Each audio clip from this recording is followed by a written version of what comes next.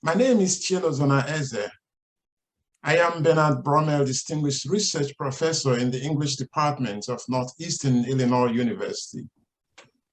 I am one of the founding members of Northeastern Illinois University Genocide and Human Rights Research in Africa and the Diaspora. Welcome to our 8th annual conference. May I use this opportunity to express our concern with the human rights situation in Ukraine. Our hearts go out to the suffering people of that great country. 9 years ago, when Dr. Janine Ntihirageza came to my office to ask whether I could join forces with her to establish a study group to investigate genocide in Africa and the diaspora, I never imagined that the study group would hold, much less grow into what it has become today, an international research group with members across America, Africa, and Europe.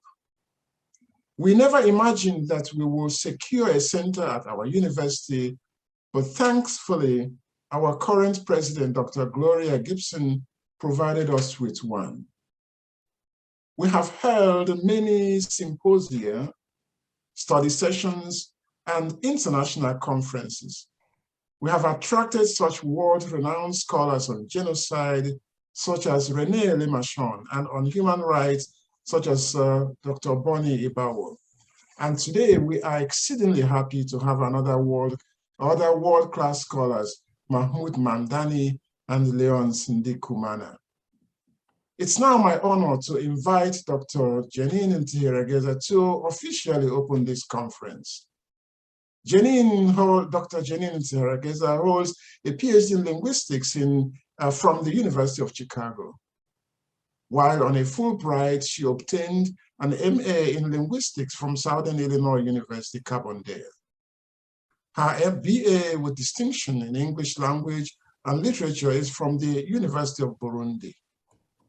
Her 3 theses are about African linguistics. For 10 years, Ntihirageza chaired the combined departments of anthropology, English language program, global studies, philosophy, TESOL, and School for the Advancement of English Language Learning at NAU. For 20 years, she has been highly engaged in teacher training and curriculum development.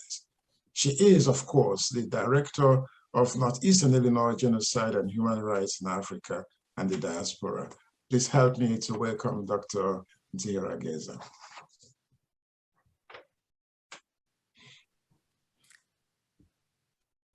Thank you so much, Dr. Eze, for the beautiful introduction. Welcome, everyone.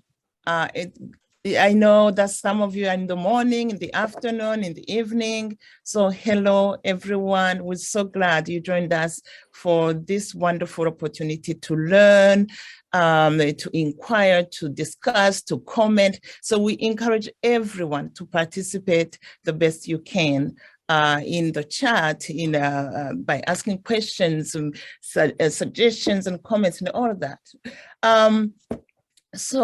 This was supposed to be an in-person inaugural conference. So because last year was virtual, so we had hoped that this time it will be face-to-face and virtual, hybrid, but it didn't happen. So we hope that next year we can all gather in person at Northeastern Illinois University, which is located here in Chicago.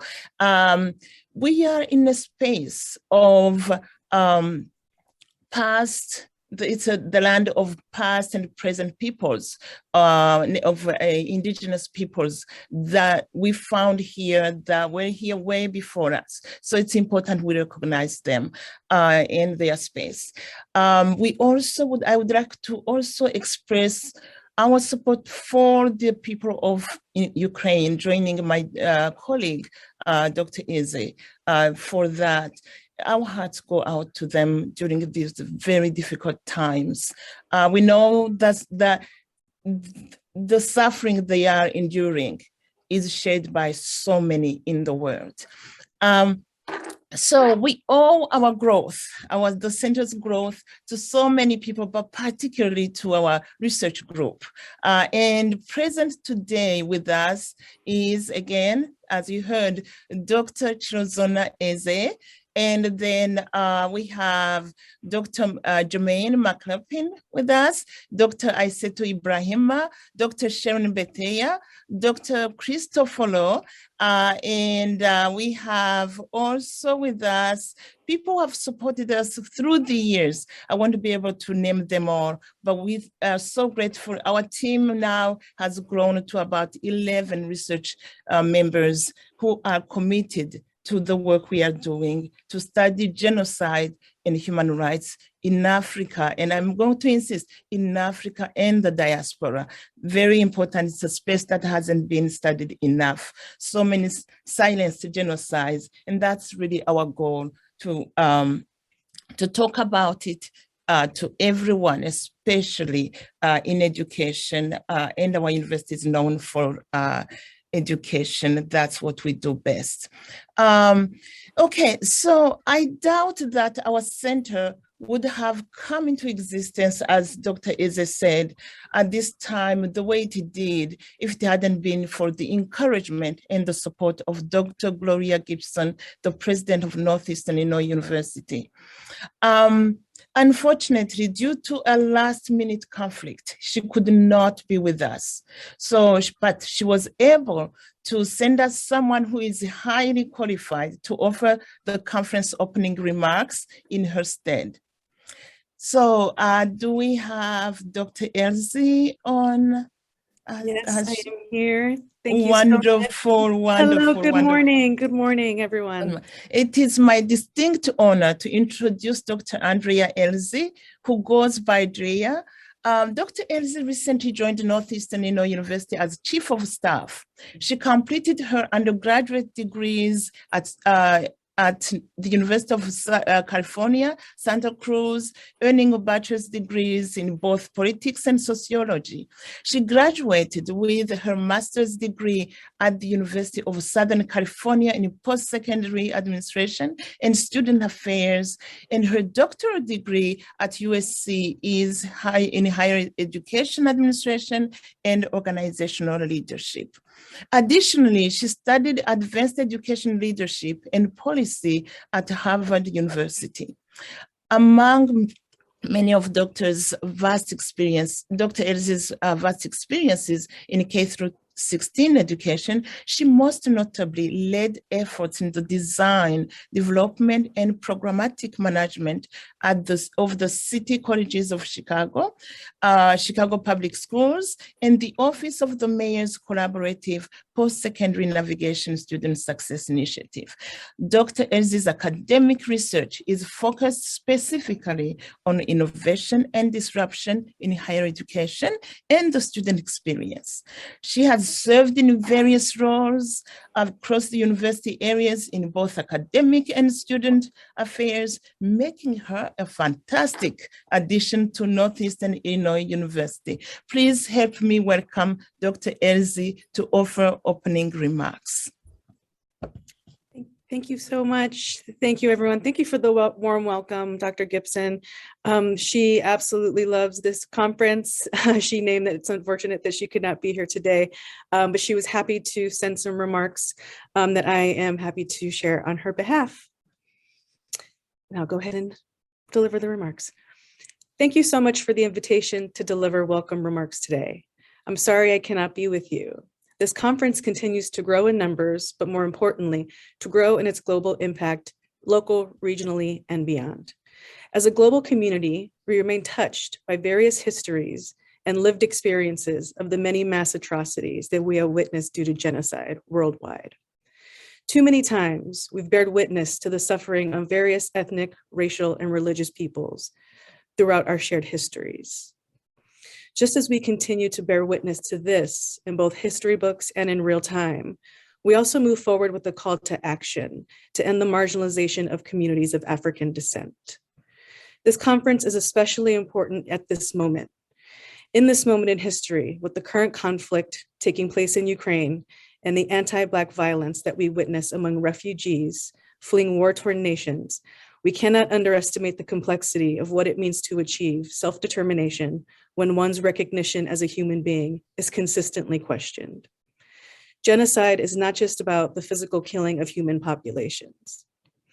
It is also about the systemic cultural erasures, the destruction of lands that feed our communities, and access to environments and care that allow us to have and raise healthy children into adulthood. Genocide in Africa cannot be separated from the systemic state violence against African Americans in the United States. Public recognition of this violence reached a peak in the summer of 2020 with the murder of George Floyd. During that summer, we witnessed the largest global social protests in history. African and African American peoples carry forward a legacy of freedom and struggles and indigenous knowledge that offer worldwide views that value diversity and the interdependence of all life. Freedom struggles hone our capacity to identify the conditions that feed legacies of genocidal violence and to generate strategies that can uproot the causes and heal the wounds of this violence. There's an ever-pressing need to continue these discussions and to continue the support and the efforts that amplify the rich cultures and varied identities of our African community members. As a global community, we've come a long way in the punishment and the crime of genocide and the recognition of human rights. But we, as a common collective, also recognize there is much to be done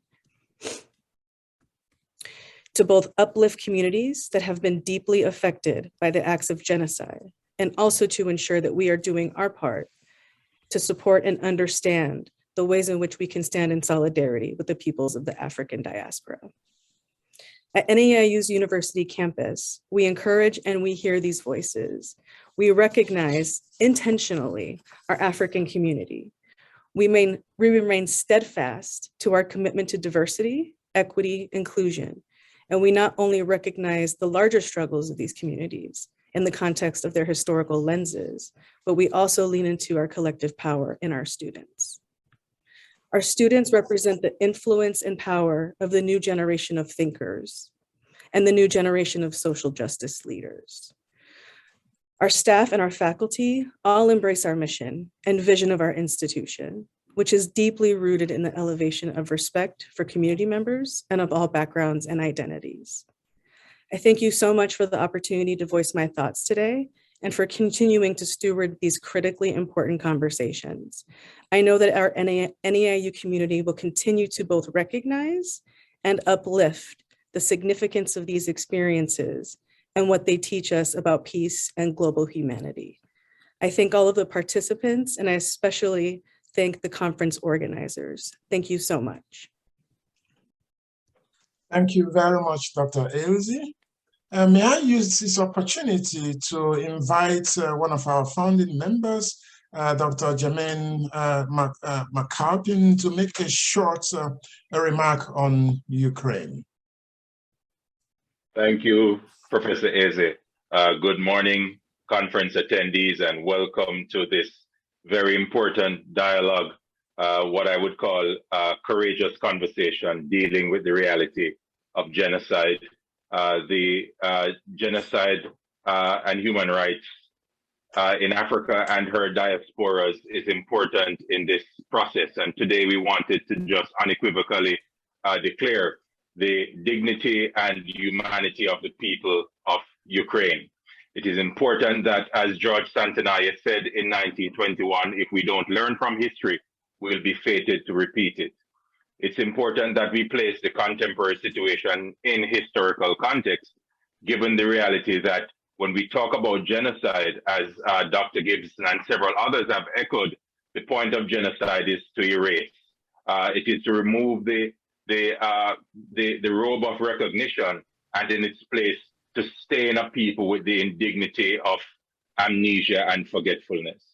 It is important that we understand that this is therefore not the first time that people have had to declare their right as human beings, to be treated as human beings.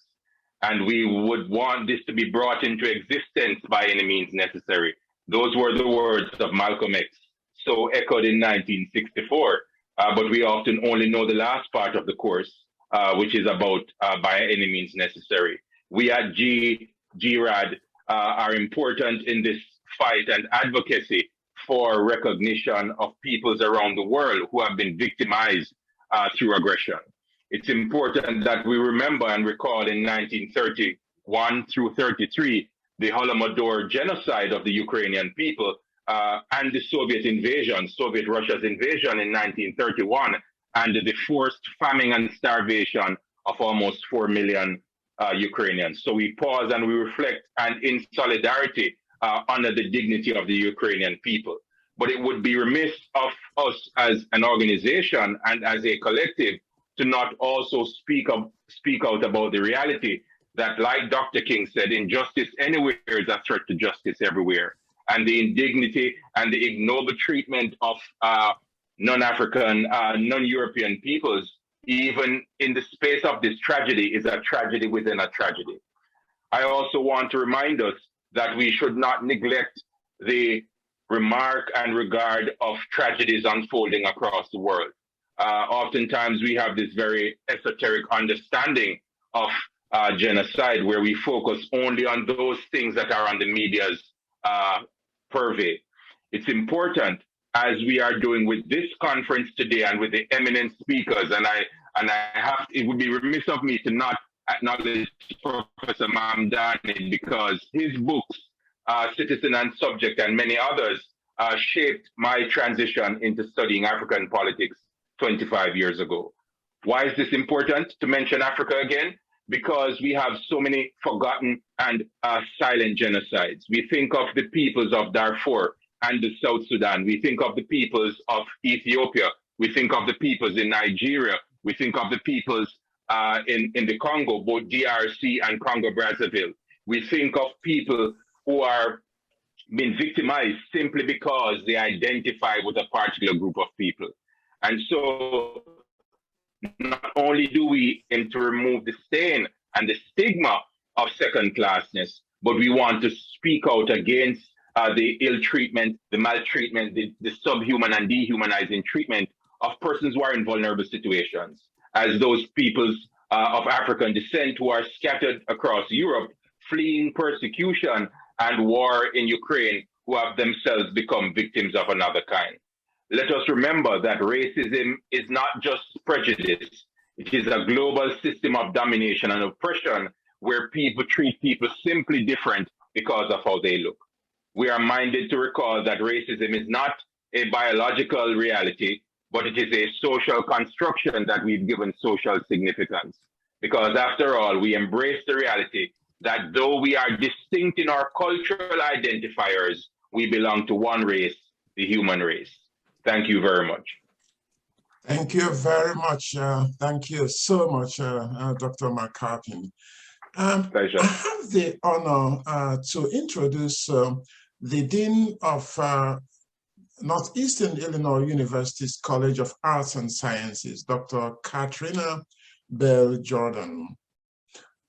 Dr. Bell Jordan came to Northeastern Illinois University, joining the Department of Communication, Media, and Theater as an assistant professor. She served for 7 years as this department's chair before joining the College of Arts and Sciences in 2015 as associate dean. Dr. Bell Jordan went on to serve 3 years as interim dean until her appointment to College of Arts and Sciences dean in 2020. She obtained her doctorate degree from Ohio University School of Interpersonal Communication. And her teaching has been in the areas of media literacy, media theory, rhetorical theory and criticism, and news writing. And her research has been in the area of critical media studies, the politics of race and representation in the media, and the rhetoric of popular culture. And she has published in journals such as Critical Studies in Media Communication, Women's Studies in Communication, and Performance Studies. Please help me to welcome Dr. Katrina Bell Jordan.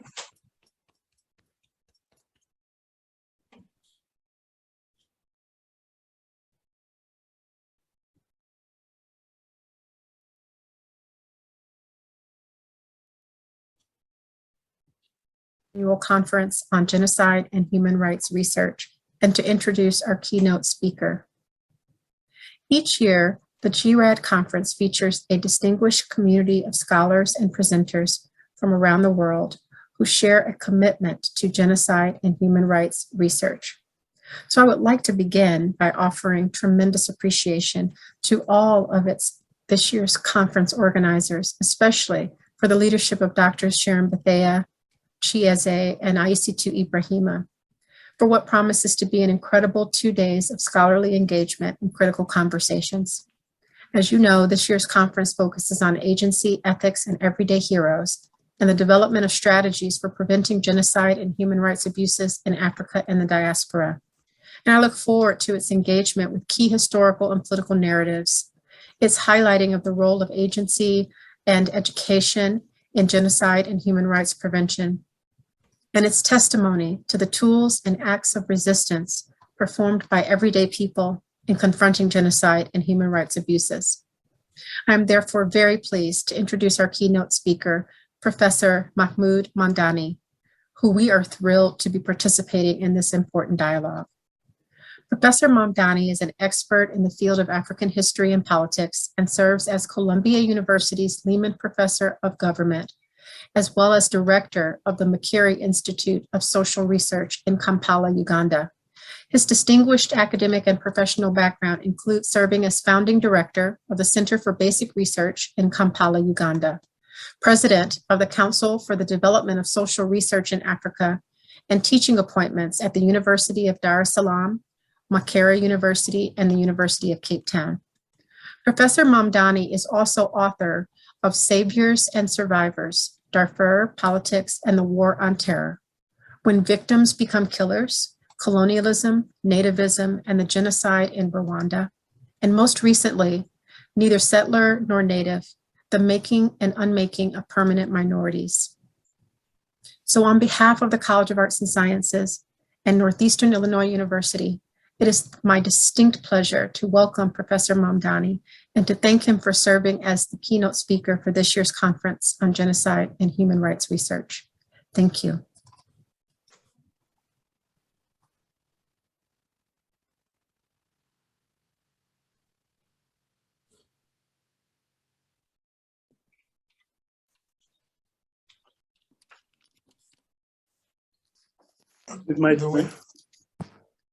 Oh, wonderful. Great. Wow. Yeah. Thank you very much. Thank you for the introduction. I thank the organizers of this conference, particularly Professor Ntihirageza and the Center for Genocide and Human Rights Research in Africa and the Diaspora. Thank you for mentioning my most recent book.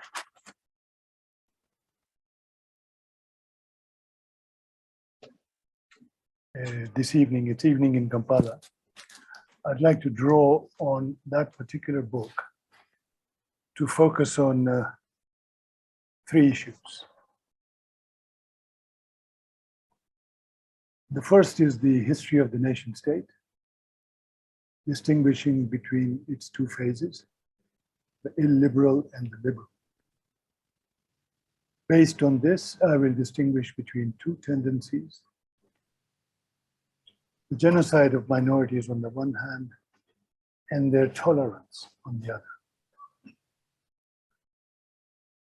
Second, I will explore the birth of a 2-state solution in North America,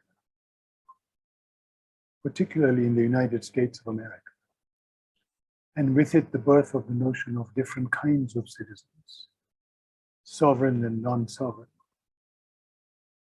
first in the US, and then its export to South Africa, Nazi Germany, and finally to Israel. This is at the same time the construction of an epistemological project that grounded the political distinction between sovereign and non-sovereign subjects in a legal distinction. At first religious, then a distinction between races and tribes. Third, and I think this relates directly to your concern, I will connect extreme violence as a consequence of modern nation-state building in the post-colonies. Should we think of extreme violence as the consequence of a criminal project executed by individuals, no matter how numerous, along lines of the criminal model popularized by Nuremberg and today upheld by the International Criminal Court and the human rights community? Or should we think of it as a political project, a notion born of the transition from apartheid in South Africa? What can we learn from the failure of denazification and the relative success of post-apartheid South Africa? I have a critique of the Human Rights Project, and I will make it in this third part. What is transportable in the South African experience? What does South Africa have to teach us? To answer this question, I take a fresh look, a look through South African lenses at Israel-Palestine, likely the most intractable political problem in today's world. So let me begin with the nation state and its two histories. The nation state was born in Liberia in 1492. Its agenda was summed up by a single slogan: one country, one people, one religion. This project set fire to relations between majority and minorities within the boundaries of the state, setting in motion processes of ethnic cleansing, specifically of Jews and Muslims in Iberia. This was followed by a century of religious wars in Europe. I identify this as the first, the non-liberal phase in the making of the nation state. The liberal solution to religious wars was the Treaty of Westphalia in 1648. Two key components of the modern state were born at Westphalia: religious toleration at home and the reciprocal guarantee of sovereignty abroad. John Locke theorized the liberal solution in his Treatise on Tolerance, published in 1689. Catholics can be tolerated if they renounce any political support of the Pope or of any power outside England. This is how Locke formulated the key tenet of the liberal theory of the nation state. The liberal notion of the nation state turned majority and minority into permanent political identities. Only the majority has sovereignty. In England, at the time Locke was writing, Protestants. The minority, again in England at the time Locke was writing, Catholics, must not participate in sovereignty. The notion of a sovereign majority alongside non-sovereign minorities was the original sin of liberal political theory. Now, in what follows, I'd like to comment on four issues. First, by taking the US as a case, I will compare the colonial conquest of Indians and the racial domination of Africans to distinguish between colonial conquest and racial domination as two different ways of subjugation, each with a radically different consequence. Second, I ask, what is the difference between an immigrant and a settler?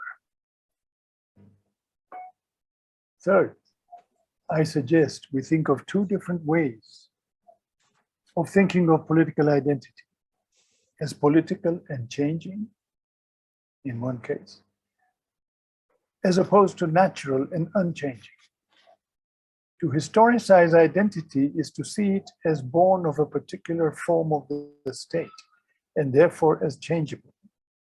But to see it as the ground for a natural and permanent claim is to think of identity as a timeless expression of a trans-historical and innate cultural self.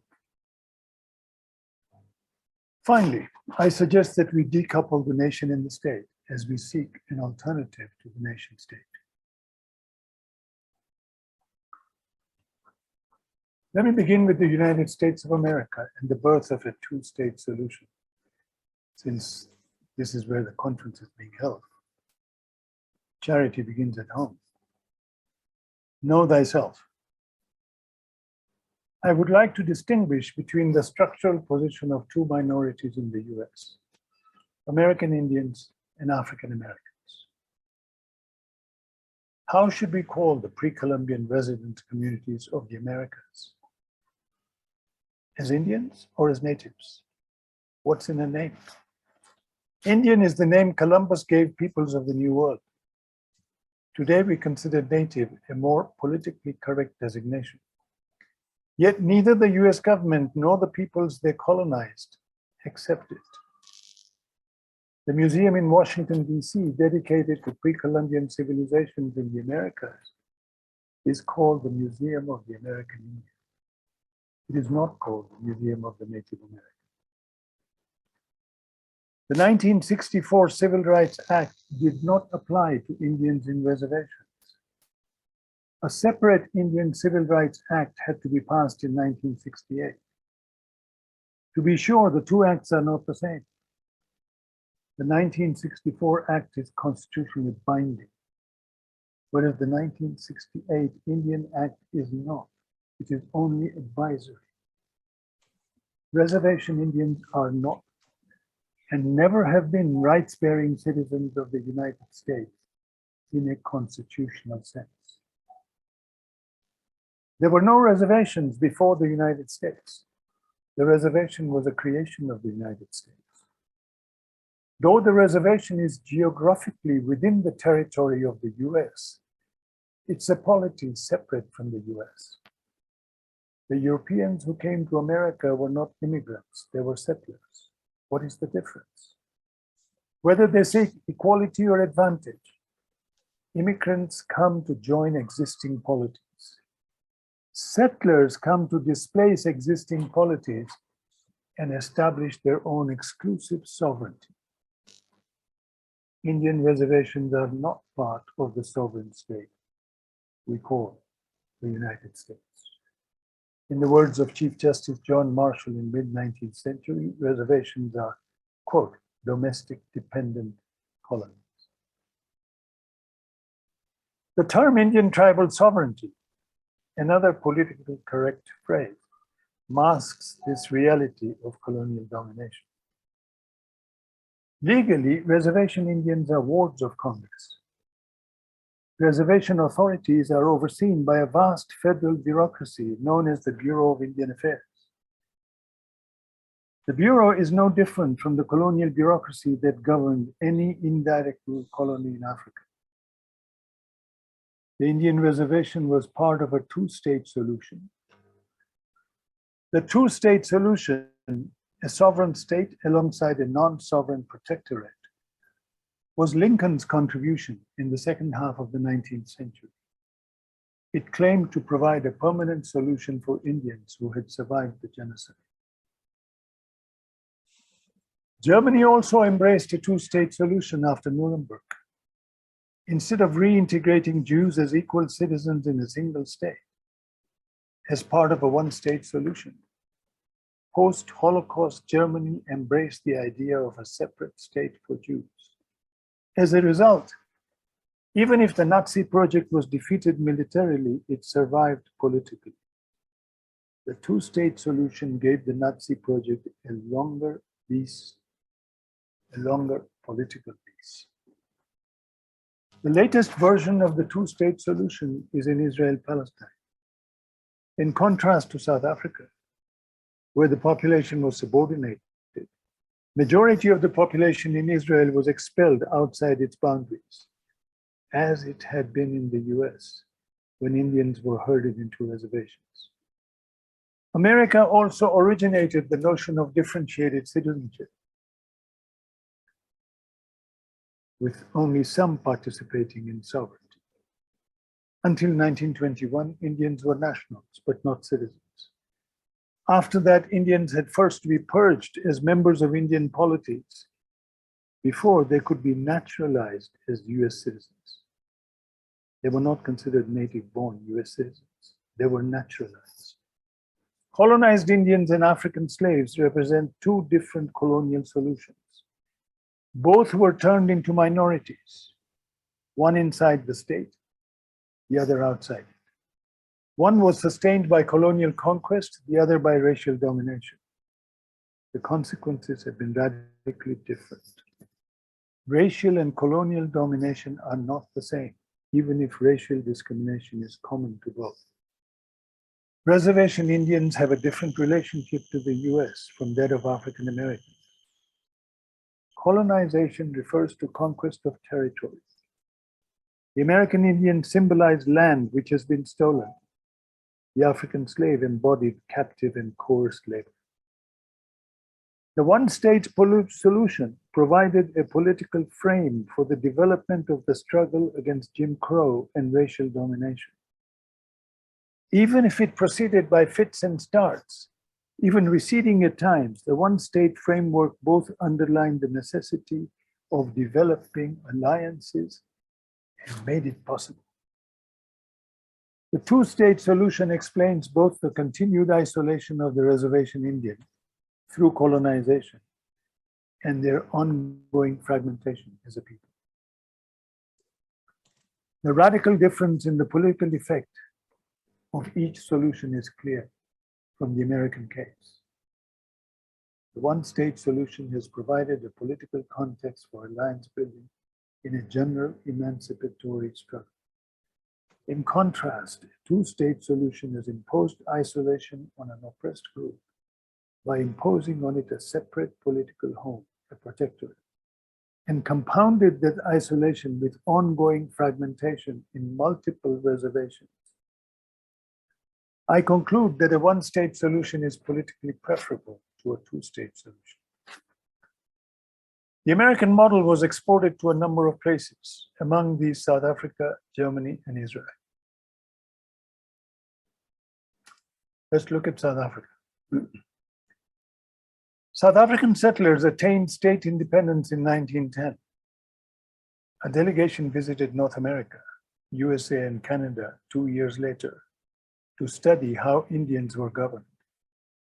Three key elements of governance were imported to South Africa: homeland, traditional authority, and customary law. The starting fiction was that every tribe has lived in a territorially contained homeland from time immemorial. The fiction of a homeland in reality masked a program to expel each tribe from the bulk of its historical lands. Second, every homeland was said to have been administered by a traditional authority, also said to have existed from time immemorial, sanctioned by custom, more or less eternally. This authority was said to be customary, not elected. Third, this traditional authority claimed the right to enforce a customary law on those living in the homeland. Custom too was said to have been there from time immemorial. For custom to coexist with civilization, settlers insisted custom be excised of all repugnant practices or notions. Repugnant is a legal term used by settlers. I will return to discussing the lessons of the anti-apartheid struggle in South Africa after a discussion of Germany and Israel. South Africa was not the only one that learned from the US. So did Nazi Germany and Hitler. Hitler drew two lessons from the US. The first was that genocide is doable and therefore thinkable. Hitler was full of admiration for America's westward expansion, the project during which the Indian genocide took place. The second lesson Hitler learned was that it is possible to create a second and a third-class citizenship, as of African Americans, Indian citizens after 1921, and later Puerto Ricans. Hitler appointed a committee of lawyers to study American citizenship laws. This background preparation led to the drafting of Nuremberg laws. The learning process has been documented by James Q. Whitman of Yale University in his book, Hitler's American Model. I argued that post-war denazification failed because the Allies shut their eyes to the political project that inspired and propelled Nazism. Nazism was a striving for a purified nation state, one that would go beyond distinguishing the national majority from national minorities to purifying the nation by expunging all minorities. Thus, Nazism was a return to the pre-Westphalian illiberal nation state. After the Second World War, there was an American debate on Nazism. Was Germany liberated or occupied? Was Nazism a state project or a social project? Who should be held responsible for Nazism? The nation or the state? Nazi leaders or the German people? The American consensus was that the responsibility for Nazism lay with the German people. At Nuremberg and after, millions were considered criminally culpable, though each one individually. Yet Nazism was never probed as a political project. This was the birth of the human rights paradigm. A similar debate unfolded inside Germany, particularly among German left intellectuals, the most prominent being Franz Neumann and Herbert Marcuse. Neumann wrote Behemoth, a book that dissected National Socialism. His answer: Nazism was neither just a state project, nor just a project of German society. Nazism was rather a nation-state project, a project of both the Nazi state and the nation, the folk, to eradicate the presence of national minorities, Jews, Roma, and others from state territory. From this point of view, Nazism was above all a political project. Denazification would thus require an alliance of all anti-Nazi forces, external and internal. The Allies and those sections of German society that had resisted Nazism. Denazification would have to be a primarily political and not a criminal project. This is the beginning of a foundational critique of the human rights project. But Americans were unwilling to do so. Only the Soviets were willing in the East, but only temporarily, and not after the Berlin Uprising. I argue that Nuremberg failed to root out Nazism politically. To understand why, I distinguish the criminal model, which understands violence as the result of antisocial acts of individual perpetrators. This is the human rights model. From the political model, which sees extreme violence as the result of group mobilization around a collective nation-state project. Rather than individualize the violence as a standalone act, I point to cycles of violence sustained by groups mobilized as so many constituencies. Rather than catalog atrocities so as to name, shame, and punish individual perpetrators in the fashion of Human Rights Watch, I seek to identify the issues around which constituencies were and are mobilized. More importantly, rather than exclude perpetrators from the political process, I seek to include them along with all those who survived, victims, perpetrators, beneficiaries, bystanders. I use the term survivor differently from how it was used after the Holocaust or after the Rwandan genocide, not just to refer to surviving victims of extreme violence, but to all who survived the catastrophe we know as extreme violence. The point is to try and stop the cycle of violence by shifting attention from perpetrators to the issues that drive the violence. I would like to return to the Westphalian project and connect it to the modern colonial project. I'd like to suggest that we think of political liberalism as part of a counterinsurgency project, not only in Europe after Westphalia, but also in the colonies. One example, that of Sudan, provides an opportunity to study race and tribe making, race making and tribe making as a political project by the colonial power, Britain.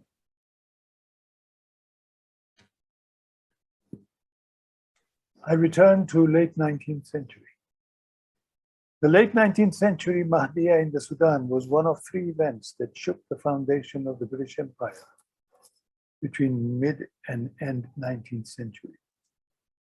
The others were the Indian uprising of 1857 and the Morant Bay Rebellion in the West Indies a decade later. The subsequent imperial reform was led by Henry Maine, a member of the Viceroy's Legal Commission in India, who argued that the Indian uprising was the result of an epistemic defect. Maine called for an epistemic rethink that would both anchor the colonial project in a reshaped custom and fracture the colonized into smaller groups, each claiming a longer and thus authentic history. I examined this project in the context of Britain's reformed governance as it unfolded in two steps following the imperial defeat of the Mahdiya. The first step divided the population of Sudan into two major blocks, each identified as a separate race, one Arab, the other African. In Sudan, the language of race begins with colonialism. The second step was to divide each race into several tribes. Even if tribe may previously have designated a distinct cultural group, an ethnic group in the language of anthropologists, it now became the basis of several connected claims: a separate homeland, a traditional authority enforcing its customary law. An ethnic group becomes a tribe when it is politicized. And to be politicized means that the ethnic group is connected with a particular territory and therefore sovereignty. The Sudanese anti-colonial movement embraced these claims as if they were natural. The anti-colonial movement was thus more of a derivative than a creative act. From the start, the anti-colonial movement presented itself as a national movement. Embracing the language of nation, anti-colonialists described their struggle as nationalist, their object being to set up their own nation through an act of national self-determination. But that didn't settle the question. The question was, who was the nation? Who was the self in self-determination? Was the nation Arab, Islamic, or African? These three definitions of the nation sum up the three phases in the nationalist movement that followed state independence in 1954. The person who came closest to breaking through the nationalist mythology was John Garang, who argued that Sudan was both African and Arab, that Arabic was a language and Africa was a place. You could thus be both Arab and African. He called for a new Sudan, a state that would acknowledge Arabs and Africans as among its citizens. Garang's political project seemed to die with Garang when he was murdered. Those who replaced him in the SPLA called for the division of Sudan into two homelands, one for Arabs, the other for Africans. Backed up by a coalition of Western states led by the Troika, the US, Britain, and Norway, the project gave birth to an independent South Sudan, which in no time disintegrated as different tribal militias fought over the spoils, which included cabinet positions, ministries, even districts, each claiming the right to its own tribal homeland in a South Sudan that should rightfully be a federation of tribes. In less than 2 years, the tribal coalition fell apart and a tribal war followed in 2013. Faced with this unanticipated catastrophe in the short aftermath of a much celebrated independence, the African Union set up an independent 5-person commission of inquiry. The commission produced 2 reports. The majority report reproduced the logic of Nuremberg and the human rights community and cozied up to the International Criminal Court. It denounced the violence as criminal and demanded that individuals be held responsible for it. As always with the discourse on criminal justice, the assumption was that the state cannot commit a crime. This is the problem in human rights discourse, one problem. The state cannot commit a crime, only individuals in the state can. I authored the Minority Report and suggested we think of violence as political, and thus look for a solution by calling for the reform of the state based on a project other than that of creating a nation state. What is crime? It is breaking state law. By definition, the state cannot commit a crime. Only individual state agents can. So how do we understand the violence enabled by state law? Not as criminal, but as political. Not as Nuremberg did, but as the South Africans did.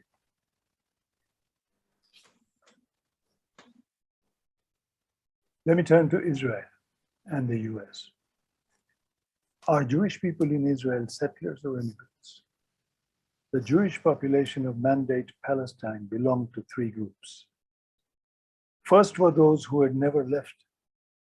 They were among the natives of Palestine. Second were those who returned to the Holy Land on a pilgrimage seeking a religious homeland. They were content to be part of the existing polity. This group were known as the first aliyah. They were immigrants. Then followed those in the second and the third aliyahs. They looked to create their own exclusive polity, a Jewish nation state in place of the existing polity. These are the settlers. The settlers seek to create their own state. Zionists drew a lesson from Germany. Victims of the nation-state project in Germany and in Europe, Zionists decided to set up a nation-state in Eretz Israel. The Zionist state project unfolded in two phases.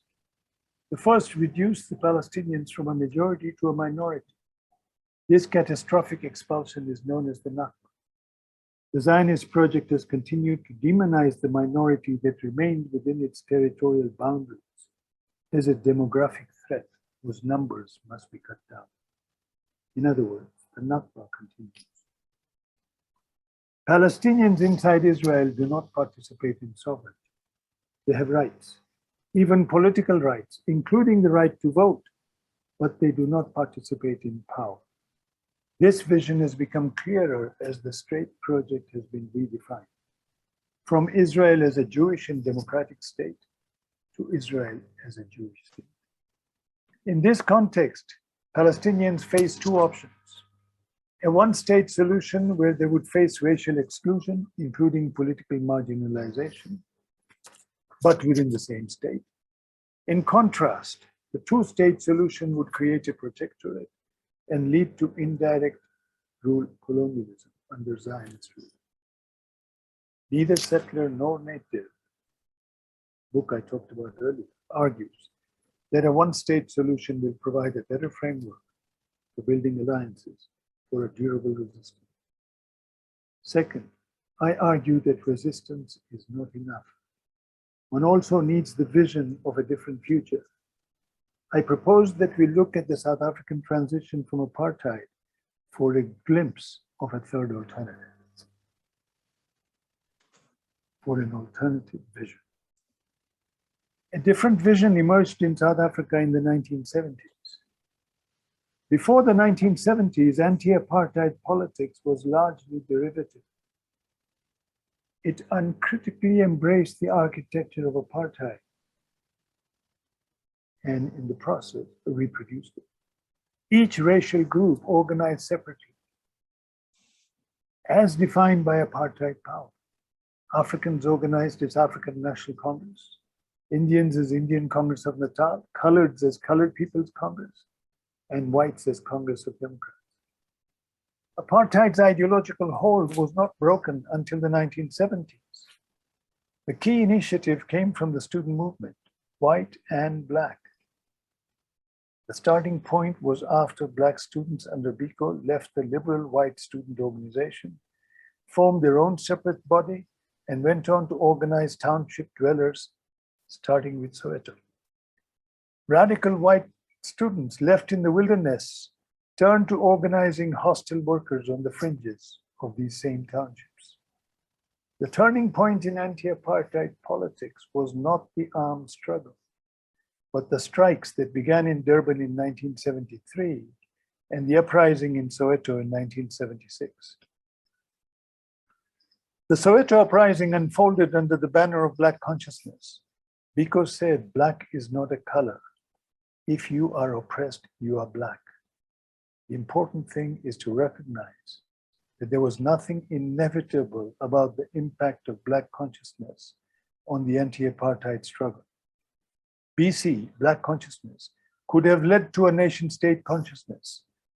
It could have claimed that South Africa is a Black nation of the Black majority, thus essentializing Black as a trans-historical identity. Instead, it led to an epistemological awakening, the consciousness of Black as a historical political identity. Afrikaners made a journey from being junior partners of British colonialism to being part of the anti-apartheid coalition. Even here, there was no consensus. The rift inside the Afrikaner community was demonstrated by the publication of a book called My Traitor's Heart by Rian Malan, the great-grandson of a former Boer state president. Malan was a crime reporter for the Johannesburg Star. His beat covered Black townships. Each chapter of his book focused on a specific type of what was then called Black-on-Black violence. One chapter was devoted to the Hammer Man, a big Black man who wielded a heavy hammer to smash the skull of his victims, all equally Black, but poor people who would yield small pickings. Malan's subtext was not difficult to decipher. If they can do this to their own, what will they do to us whites, if given half a chance? The South African movement was born in the 70s and 80s. Its birth was marked by a threefold shift in vision. From opposition to apartheid, they looked for an alternative to apartheid. Rather than being content with turning the world upside down, they dared to think of a different world. That's the first part of the shift. Second part, from a state of the majority, the national majority, the Black majority, the resistance began looking to create a state of all the people. And thirdly, from opposition to whites, the resistance went on to oppose white power. Not whites, but white power. I suggest we think of 1994 as marking the birth of a new political project, starting with the forging of a new political community. The alternative would have been to capture the existing community and to rupture it into two separate ones, as in Sudan, one for victims, the other for perpetrators, one for Blacks, the other for whites, requiring a partition of South Africa as of South Sudan. Let us not forget that in 1994, Afrikaners were divided about the future. A minority wanted a homeland where Afrikaners would have their own state. Oranjezicht. The anti-apartheid movement chose a different future, a common future for survivors of apartheid, who they often described as a rainbow, not just victims who survived, but all who survived, whether victims, perpetrators, beneficiaries, or bystanders. The principal critique of 1994 is that there was no social justice. This critique both states a truism and misses the significance of the political rebirth that was 1994. I argue that we should see the rebirth as the beginning of political decolonization. The turning point was the reformulation of the central demand from Black majority rule to non-racial rule. Rather than deny the existence of race as phenotypical difference, they refused to allow racial difference. They refused to endow racial difference with the political significance. The first step to decolonizing the political was deracialization. The next step would be detribalization. Rather than deny the cultural significance of tribe as an ethnic group, Detribalization would decouple the link forged under colonialism between culture and territory, ethnicity and homeland. To do so would reverse the process whereby colonialism and apartheid politicized culture through the creation of homelands and of a homeland authority that would enforce a customary law. The result would be a single citizenship, not multiple citizenships based on separate identifications, race in the central state, and tribe in the homelands. 1994 created formal political equality in South Africa regardless of race, but it has yet to create formal political equality in the former homelands regardless of ethnic identity. My claim is that a successful struggle for social justice will need to cut across the political divide imposed by race and tribe. Without political equality, the mobilization for social justice will be fragmented into so many races and tribes. It will more likely lead to an internal civil war. The result will stink, like the 1994 genocide in Rwanda, or its mini version, the ongoing xenophobic violence in South Africa. I'd like to turn to Israel-Palestine. At the core of political Zionism is a political project to build not just a Jewish religious community in the Holy Land, but a Jewish state. Political Zionism seeks to erase the distinction between state and society. The conflation of society with state is the foundation of the nation state and its program of rule by a permanent national majority. The nation state may call itself a democracy, as Israel does, but this majority is not actually determined through political contestation. Rather, the majority is defined pre-politically, as in the nation. The most the majority can hope for is a democracy for the majority, but not for all. But even majoritarian democracy remains a difficult project in Israel, because the state defines who can be a member of that majority. In other words, the state decides who gets to be officially recognized as a Jew. If Israel is to be a state for Jews only, it must answer the question of who is a Jew. Its answer cannot avoid flattening the diversity of world Jewry into the Jewry sanctioned by the Israeli state. At the legal level, this question has bedeviled Israeli authorities since the law of return was passed in 1950. Is a Jew defined by religion or by ethnicity, or both? The state of Israel now has two legal definitions of who is a Jew.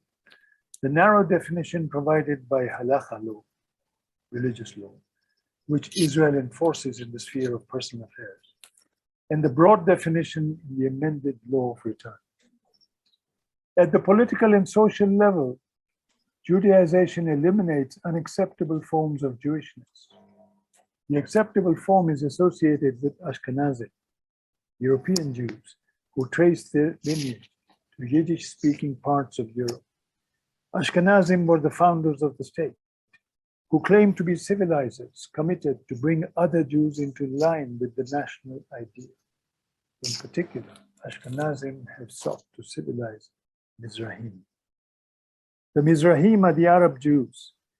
They present a special challenge to Zionism, for Zionism presumes that Arab and Jewish identity are both incompatible and indelibly hostile towards one another. Otherwise, there would be no need of a Jewish state in historic Palestine. Ashkenazi Israel has demanded of the Mizrahim that they denounce their Arab culture and embrace only their religion, Judaism. After several decades, the Mizrahim have paid back by standing behind the stark religious Zionism that has two targets, not only the Palestinians, but also the Ashkenazi. In the Zionist worldview, Palestinians are Canaanites who never left home. They are squatters, not natives. The Zionist demand is that after the Holocaust, the squatter must make room for returning native and get out of the way. The development of a Palestinian consciousness straddling these three groups has been an outcome of a protracted process whose focus and center of gravity have shifted radically over time, from exile to home, and from an all-or-nothing demand from Israel's disintegration to a demand for involvement in the Israeli political process. Organizationally, this has involved a threefold transition. At first, displaced Palestinians looked to Arab frontline states to be their protectors and liberators. After these Arab states were defeated in 1967, Palestinians turned to the nascent and exile-led PLO, an armed resistance movement. In 1982, Israel went to war in Lebanon, the brainchild of Ariel Sharon, then the defense minister. This was a total war against Palestinians. The IDF deployed well over 120,000 troops for over 10 weeks. It was the country's largest mobilization since the 1973 war, according to Rashid Khalidi, the leading Palestinian historian. Outgunned and overwhelmed, the PLO withdrew to Tunis. Even if the PLO was defeated, Sharon's strategic objective remained unrealized. Instead, the war intended to suppress Palestinian nationalism only stoked it further. With the exiled armed resistance smashed, the moment was ripe for political mobilization at home. The first Intifada in the late 1980s crystallized the internalization of Palestinian leadership, and with it a definitive rejection of the failed armed resistance championed by the external leadership with a mainly refugee base.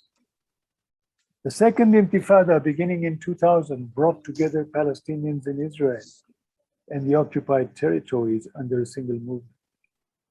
Both Intifadas responded to the failings of the official Palestinian liberation movement. The second Intifada in particular reflected frustration over the PLO's capitulation to Zionism at the Oslo Accords of 1993 and the onward rush of settlements that followed. Arafat made two crucial compromises at Oslo. First, he tacitly accepted settlements in the West Bank. Second, he explicitly accepted Israel's stranglehold over the economy and sovereignty of the occupied territories, even going as far as to agree that this stranglehold would persist in a future Palestinian state. The success of the Second Intifada led to mobilization under Balad, National Democratic Alliance, a political party led at the time by Azmi Bishara, Palestinian MK, member of the Knesset. Bishara and Balad's contribution can be summed up in two bills he introduced in the Knesset over the years. The first was a new basic law calling for collective rights and complete civic equality, but not political equality of the minority and the majority. This first bill was still within the framework of a nation-state politics, accepting the distinction between the majority nation and its minorities. The second bill went a step further. It asked the Knesset to affirm that Israel is, quote, a state of all its citizens, end of quote. Whereas Bishara's first bill sought equal rights for the national minority, now he was asking the Knesset explicitly to reject the idea that Israel is a nation state, a state of the Jewish people, thereby negating the existence of both the national minority and the national majority. Over the past decade, Palestinian politics has moved from an engagement predominantly internal to one predominantly external. The internal engagement called for a state of all its citizens as a counter to the Zionist project for a Jewish state. The external engagement takes the form of an international boycott of the Israeli state and society under BDS. To the extent that BDS calls for the de-Zionization of the state of Israel, there is reason to give it full and enthusiastic support. But to the extent that BDS seeks to extend this boycott to Israeli society, and not just to its Zionist sectors, there is reason for caution. BDS needs to learn from the very experience it claims to build on. That is the South African divestment and boycott during apartheid. As a participant in the anti-apartheid boycott, I came to realize that its key mistake was to collapse state, regime, and society into a seamless whole. The main problem with blanket boycotts is that they embrace a mirror image of the nation-state framework, which collapses state and society into one. They become a mirror image of precisely what they oppose. By themselves, international boycotts are incomplete. The strategy of isolating the state internationally needs to be aligned with the domestic strategy to isolate pro-state forces within society. By driving a wedge between pro-state forces in civil society and those not aligned to the state. For Palestinians and Israelis, both those anti-Zionist and non-Zionist, the South African struggle offers two lessons. In Israel as in South Africa, this means overcoming two categories of divisions. The first is the division among victims of the nation state. In South Africa, the population was divided among township dwellers in Bantustan residents, a barrier overcome by a coalition of students and workers. The victimized population was also divided racially and tribally. The racial barrier was overcome by Black consciousness movement, while the tribal barrier remains. Among the Palestinians, there is the tripartite division of victims. Those living in the diaspora, the occupied territories, and Israel proper. Each of these groups has been further differentiated. The diaspora includes those in the refugee camps and those beyond. Residents of the occupied territories are split between the West Bank and Gaza. And oppressed citizens of Israel include Arabs, Druze, and Bedouin. Each microgroup is subject to a different political and legal regime designed to produce a specific and separate subjectivity. The second phase in South Africa led to winning over a sizable number of apartheid supporters to the anti-apartheid cause. That may be harder in Israel. That said, we cannot forget that the ground shifted from under the apartheid state when Afrikaners, who provided most of the foot soldiers for apartheid's machinery of repression, opened up to an alternative to the apartheid order. The Afrikaner shift from the right of the political spectrum to its middle range shows that no political identity is permanent. What can BDS learn from the South African experience? First, whereas BDS can contribute to Israel's international isolation, something else is needed if a non-Zionist alternative is to bloom in Israel itself. Like in South Africa, that something else is an epistemic revolution that will open the way to a political. The Palestinian moment will come when the resistance recognizes the complementarity of two seemingly different objectives: to unify the oppressed and to fragment their opposition so as to isolate core opponents. I should say to fragment Zionist society so as to isolate core opponents. The goal should be to arrive at a point whereby it's not just the oppressed who seek political change, but many of the current supporters of Zionist power. Getting there will require a new kind of political consciousness within Israel, a consciousness based on a double recognition that there can be no military solution to the Israel-Palestine question, and that the flourishing of Jews and Jewish life does not require a Zionist state. Apartheid fell because of a confluence of two developments. The better known of these is the anti-apartheid uprising in the townships. The uprising brought diverse groups under a single umbrella. The result was not a victory, but a deadlock. Why then did the National Party choose to go to the negotiating table? To shift focus from a military to a political struggle? Because the NP realized that it was beginning to lose the supply. Because it was beginning to lose the support of an important section of the Boer intelligentsia. These were calling for a political solution to the problem of apartheid. The writing was on the wall. More and more of this intelligentsia were convinced that whites did not need to monopolize political power to have a home in South Africa. It is this lesson that needs to be driven home to Israelis, as many as possible. That Jews do not need to have a Jewish state to have a secure home in Israel, Palestine.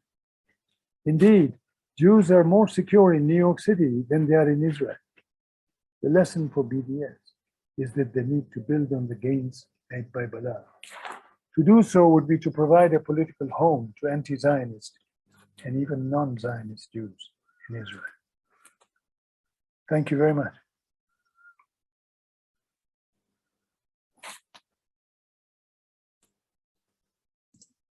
Thank you very much, Professor Mahmoud Mamdani. This is so wonderful, so profound, so overwhelming. So an attempt to summarize, I've attended many of Professor Mamdani's lectures. An attempt to summarize it is an act of injustice, so it's impossible. So, but in order to give the audience opportunity to put together their question, I will just remind us that Mamdani, provided a history of the nation states and the two-state solution in America, and then he provides a critique of human rights project. And then of interest to my own research is how he raised the project in South Africa as a possible solution for what's going on in Israel and elsewhere. So especially I'm interested in his critique of this two-state solution. And so my question, while others put together, is going back to South Africa. So Professor Mamdani, what do you think is the role of such a charismatic leader as Nelson Mandela? Or do you consider him a charismatic leader? What role did he play in unifying South African different allegiances that basically proliferated into ethnicities and tribes? Do you think that the Palestinians or other oppressed groups need such heroic figures?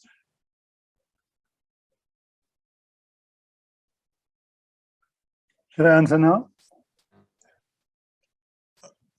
Okay. If you want, okay, we can put together a set of questions so that you can address them all. So one of the other questions is, how do you reconcile? I don't know whether you're able to read the questions on the Q&A. So if not, so I would say, how do you reconcile your arguments about the expansionist concepts of internal colonialism faced by Black Africans? And that's on the one hand, and the notion of one of our professors here came up with the notion of eternal colonialism. And the person, the questioner is asking, is it possible to reconcile these two concepts of internal colonialism and eternal colonialism? And then how do you also reconcile the concept of indigeneity with eternal domination of Africans? So that's one question. Another one is, so what sort of political strategy did South Africa adopt in the post-apartheid period to create a state for all tribes? And why did South Africans turn to xenophobic experience in recent times? So I think while you give, take on these questions, and then we'll collect the second batch of questions. That's a lot of questions.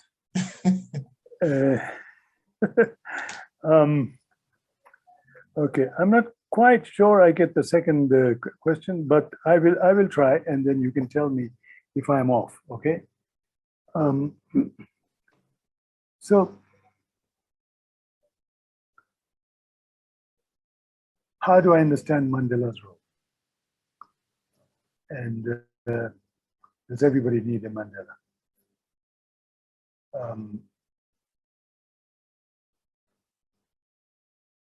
Mandela was one leader. There were others. Mandela was put in jail when he was heading Ubuntu, an organization for armed struggle.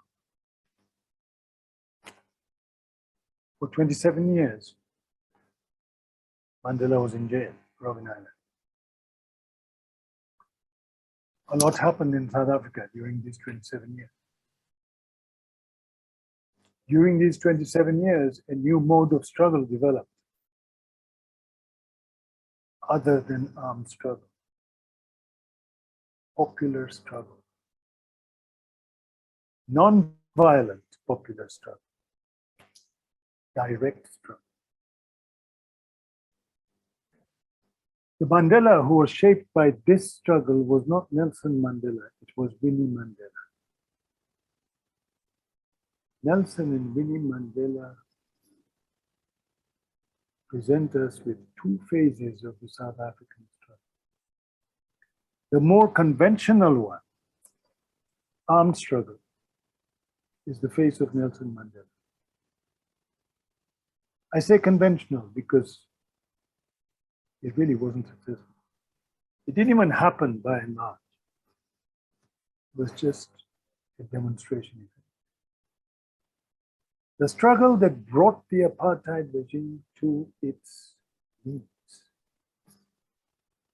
was not a struggle mounted by exiled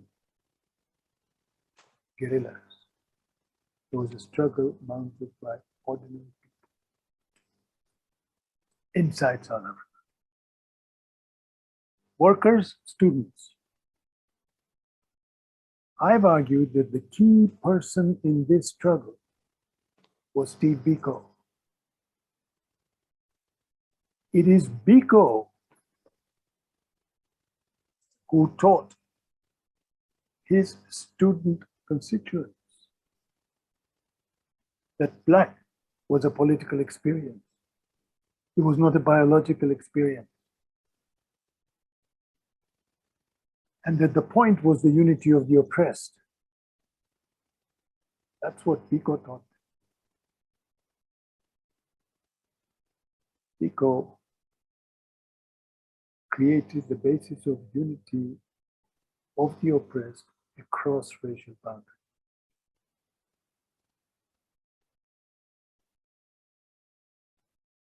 Mandela brought it towards the end. Mandela also made crucial compromises. Neoliberalism, swallowing the IMF package. All of those in the name of realism, and I believe justifiably so at the time. But they would have to be recognized as forced compromises. They would have to be recognized as part of an agenda to be realized in the next stage of the struggle.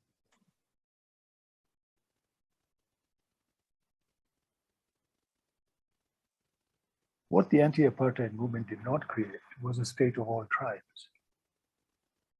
Ironically, it created a state of all races, but not of all tribes. It's here. If you're looking for an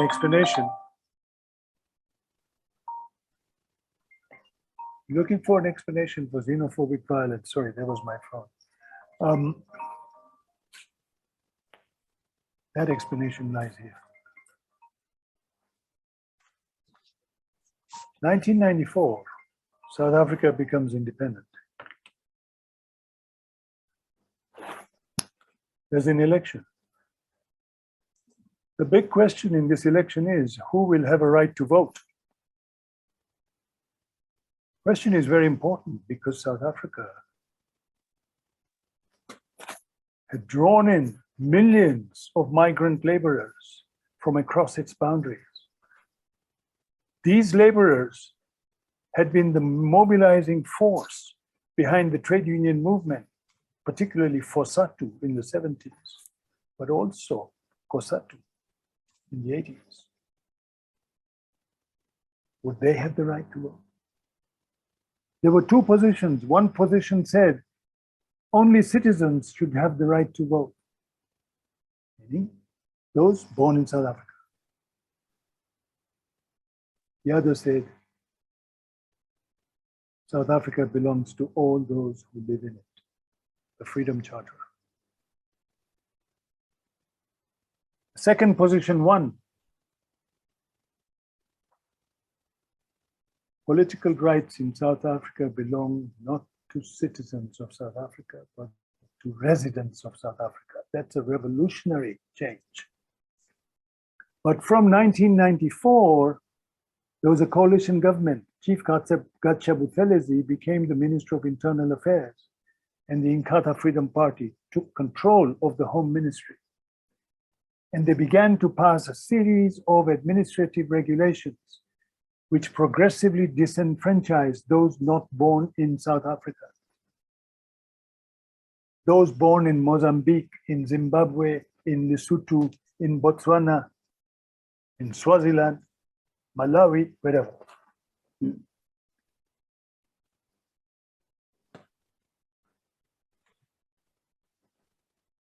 Inkatha Freedom Party explained to its members that these people had no rights. That is why there was no social justice. They were grabbing what should rightfully belong to South African citizens. Xenophobic violence began in the mid-90s and has continued since. It is interesting that xenophobic violence is not against the racial stranger. Black South Africans accept racial strangers. That's what the anti-apartheid struggle achieved. But xenophobic violence is against the tribal stranger. They do not accept tribal strangers as members of their own society.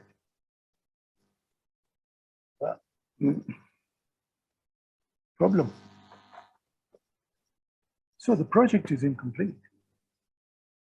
I don't think that South Africa offers a solution. There are many problems. South Africa is replete with problems, but I think that South Africa, the anti-apartheid movement, created a vision. It's that vision we need to think about. They have not been equal to realizing that vision. The struggle continues. Sorry for a long answer to a short question. Thank you very much. I think that helps.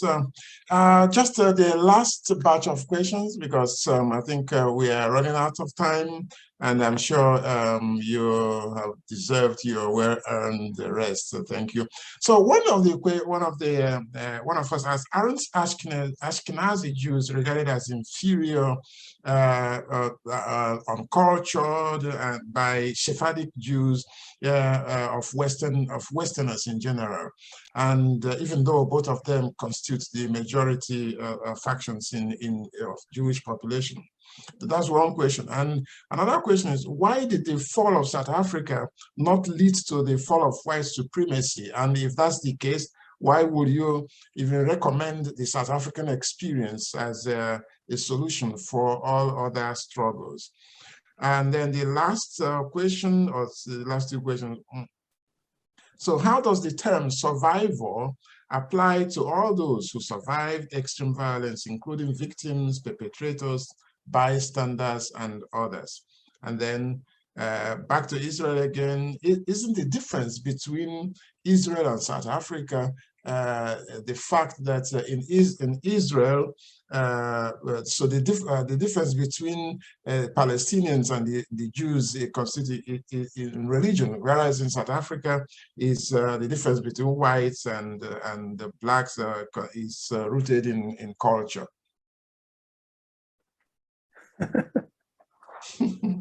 That's hilarious. What is religion? It's not culture. Okay. So Ashkenazi Jews and Sephardic Jews. I think I was not able to explain myself fully.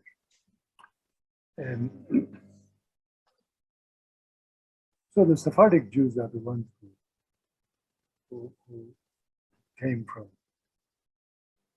expelled from Spain, came to Ottoman lands, where they were welcome. And they are a part of the Mizrahim. Mizrahim are the Arab Jews.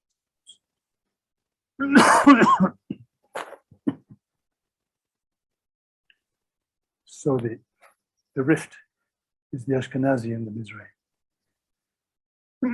The Ashkenazi Jews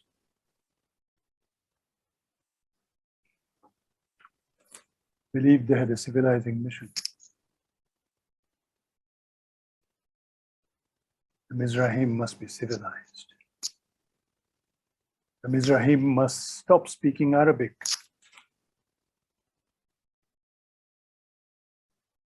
But of course, along the way, the Ashkenazi discovered that it was very useful to have Mizrahim who looked like Arabs, sounded like Arabs, and could not be told apart from Arabs, even by Arabs themselves. So the Mizrahim became the intelligence service of Israel. They penetrated Arab society. They became the media service, Arabic language programs, etc., etc. The Mizrahim went into the settlements. Mizrahim are the majority in Israel.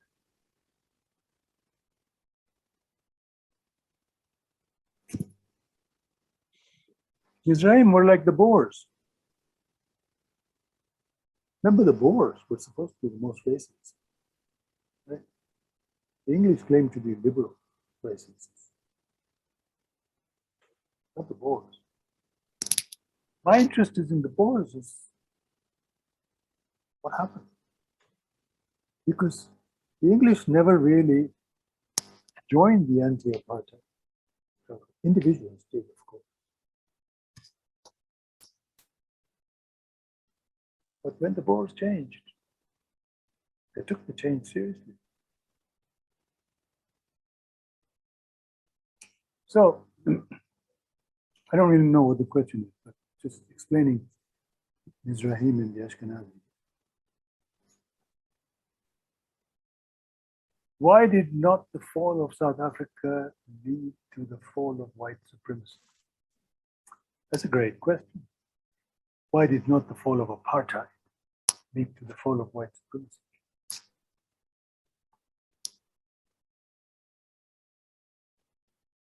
The fall of apartheid is what we would call a political revolution, not a social revolution. It brought about a change of government based on one person, one vote.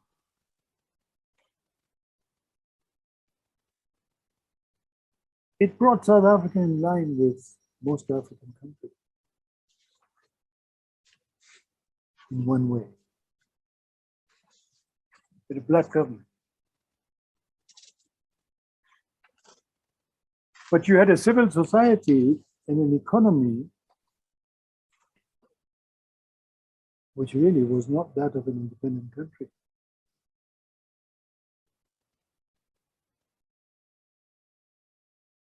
But you had black empowerment. You did not have social justice, but you had affirmative action.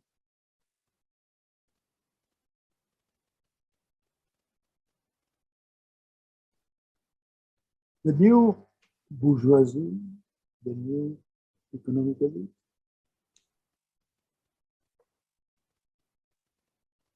had the texture of a rainbow.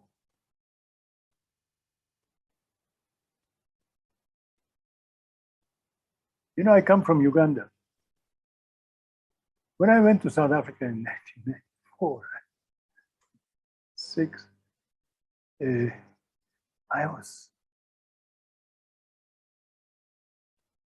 I couldn't believe how much it reminded me of Uganda. In the sense that come out of a colonial period where injustice was racialized. And after colonialism, the demand for justice was racialized.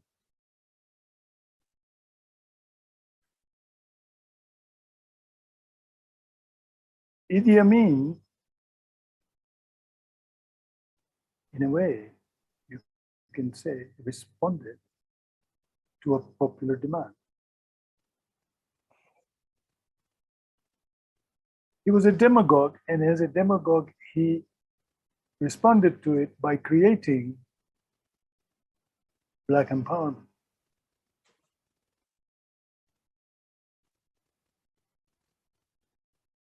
He created an economy and a middle class which was predominantly Black. So I kept on wondering in South Africa, is there an Idi Amin around the corner? I mean, don't these people realize that they're on a short leash? But of course, nobody does if they have a winning hand. They don't realize that the game itself will be up.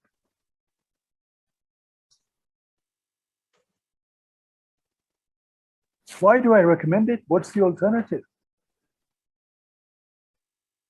Look, the reason we had 1994, the settlement, was because the anti-apartheid movement was not strong enough to make a revolution.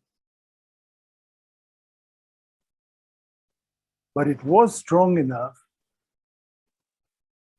to achieve some very basic political reforms. I've called it a political revolution. Reforms which would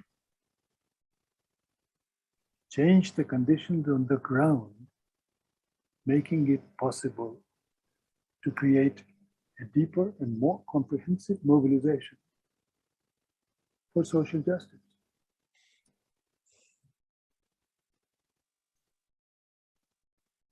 Survivor. I have a very, very fundamental disagreement with the human rights group. I don't believe it.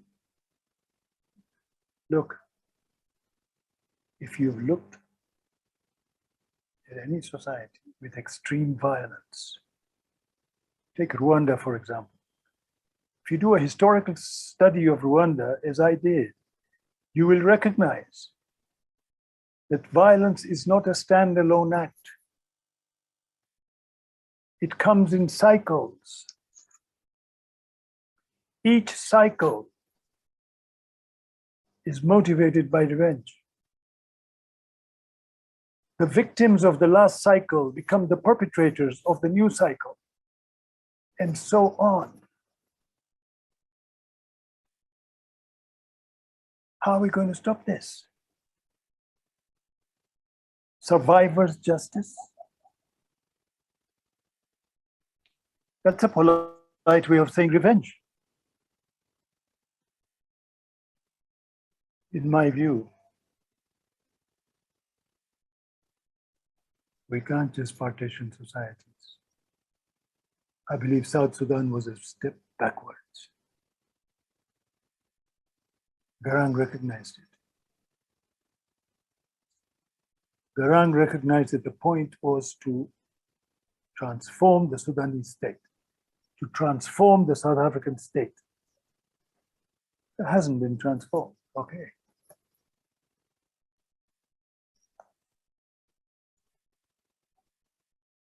I don't think the way forward is to pit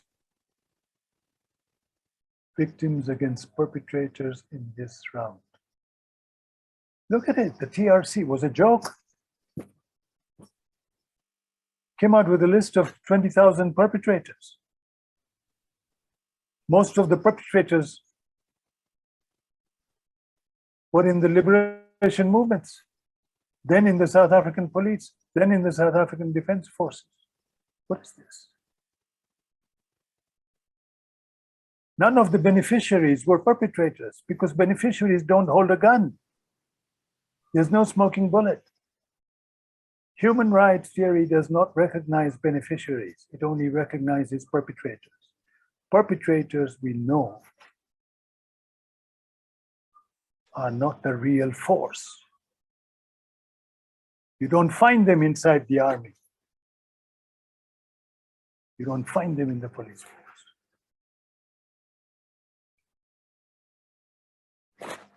The people you find in there are poor people.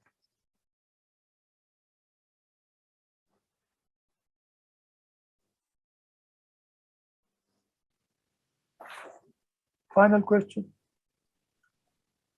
So, the challenge is to create a society of survivors. That's my point of view. Palestinians and Jews have a difference of religion, really, not culture.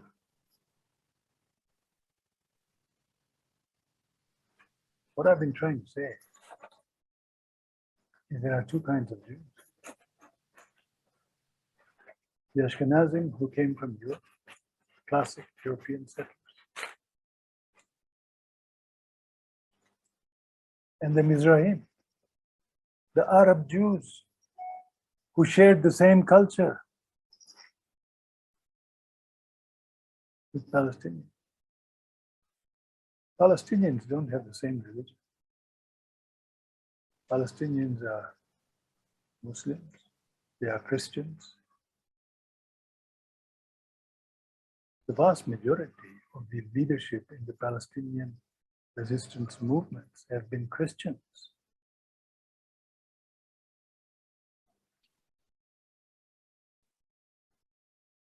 It's not about culture, and it's not about religion.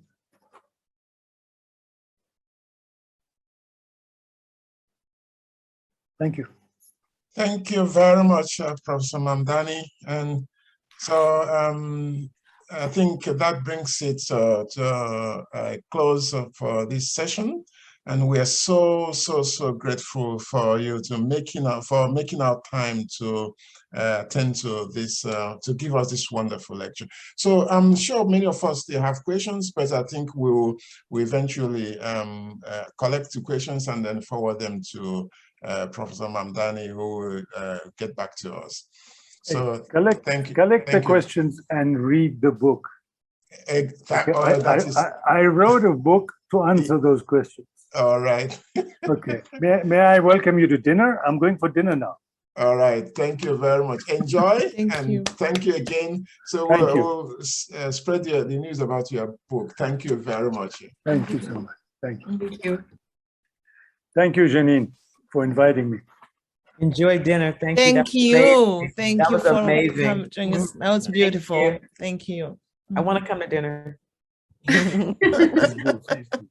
Okay, I think we have stepped into Ligia de Souza Sequeira's time, but I assure you, you will get your time you get enough time for your presentation. I think each presenter has at least is it 20 minutes. So we now invite Dr. Ligia de Souza Sequeira to do her presentation.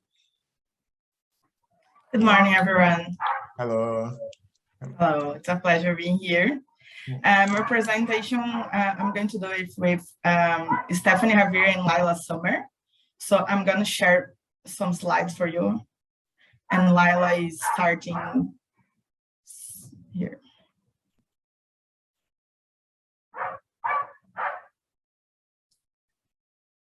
Could you see my screen? Yeah. Yeah. Yeah, great. Lila, please. Yes. Can everybody hear me? Well, good morning, everyone. It is a pleasure to be here presenting at the 8th Annual Genocide and Humor Conference. We are honored to be here. My name is Laila Samer, and I will be presenting a brief historical background about the facts that took place in Namibia and Rwanda, while my colleagues will be presenting genocide education in perpetrator and victim's country, and how basic education is the best tool for presenting genocide. I will start that Germany only recently has recognized its responsibility for the genocide of the Nama and Herero groups in Namibia. In the Berlin Conference, in which Germany gained official recognition of its rights to colonize Namibia, and then was called German Southwest Africa, it is known that Germany had a few obligations that the treaty imposed, such as the preservation of native tribes, the suppression of slavery and slave trade, and the protection of religious freedom. However, those obligations were not respected.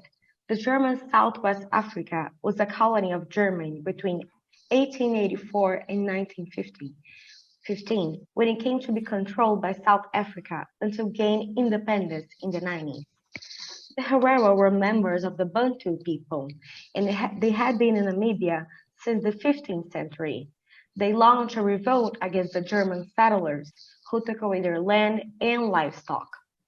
In August of the same year, Germany ordered that all Herero, with or without weapons, with or without cattle, be shot to death. Therefore, 80,000 Herero were forced to flee through the Kalahari Desert, of which only 15,000 survived. And those who survived were sent to concentration camps, along with the Nama people, who also joined the revolt in 1905. So, unfortunately, between 1904 and 1908, an estimated of 65,000 Herero and 10,000 Nama were killed, generating the first genocide of the 20th century. Now, I would like to talk about Rwanda. As for Rwanda, the President Emmanuel Macron has recently recognized France's responsibility for the genocide of almost 1.2 million people. Ligia, if you could go to the next slide, please. Well, I will continue. The genocide was, thank you. The genocide was carried between the Tutsi and Hutu people and was instigated nevertheless by Belgium, which implemented a divide and rule policy, aiming to maintain a local political system which enabled Belgian government to rule and profit from the colony without having to engage directly among Rwanda's population. In 1959, the Tutsi rebelled against Belgium's colonizers, beginning a fight for independence. Many Hutu fled to neighboring countries as Tutsi secured its supremacy over Hutus, declaring Rwanda's independence in 62. However, in 63, a coup took place and a Hutu was declared president, initiating a persecution campaign against the former Tutsi monarchy, with the support, of course, of France and Belgium in the 70s and 80s. However, in the 80s, an economic crisis weakened their power in the country, which contributed to the growth of hate speech against Tutsi and to the exaltation of the Hutus with the action of Akazu, an extremist organization that gave rise power to Power Hutu, a group that was composed of members of the government and country's economics political elite, responsible for the genocide of the Tutsi in 94. In 1990, a civil war broke out when the Tutsi launched an attack against government troops with an armed militia, organized among refugees installed in Uganda. This group became known as the Rwanda Patriotic Front, FPR, and aimed to take power to allow Tutsi refugees in Uganda to come back to Rwanda. This phase of struggle lasted until 93, when the president, that was Hutu, agreed to sign a ceasefire with RPF, and establish some agreements between the parties, in addition to the ending conflict. The President agreed to return of Tutsi refugees to Rwanda and the formation of a joint army between government and RPF groups was established, in addition to scheduling new elections. With the signing of ceasefires, the Hutus began to accuse the president of treason and fomented a hate speech, encouraged the Hutu population to arm themselves, and at which time militias were formed, which received weapons sent by France. On April 6th of 94, the crash of the presidential plane was used as a pretext to resume the conflict and incited the Hutu population to carry out attacks against the Tutsi population. Having, of course, Belgium intensifying the segregation, favoring the Tutsi and taking advantage of years of long dispute among these two ethnic groups. Thank you very much. Now I'd like to give the floor to my colleague, Stephanie Avir. Thank you.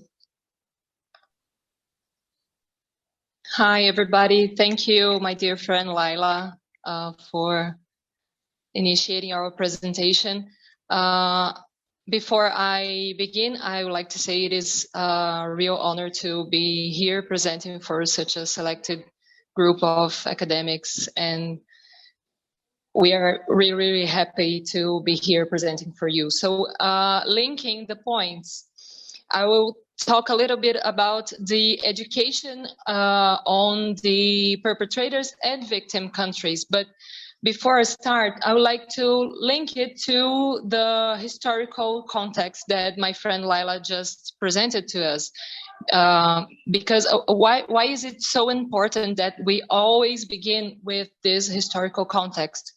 Well, I would like to quote Nanette Bilitz-Koenig, which is a survivor from the Holocaust that now lives here in Brazil.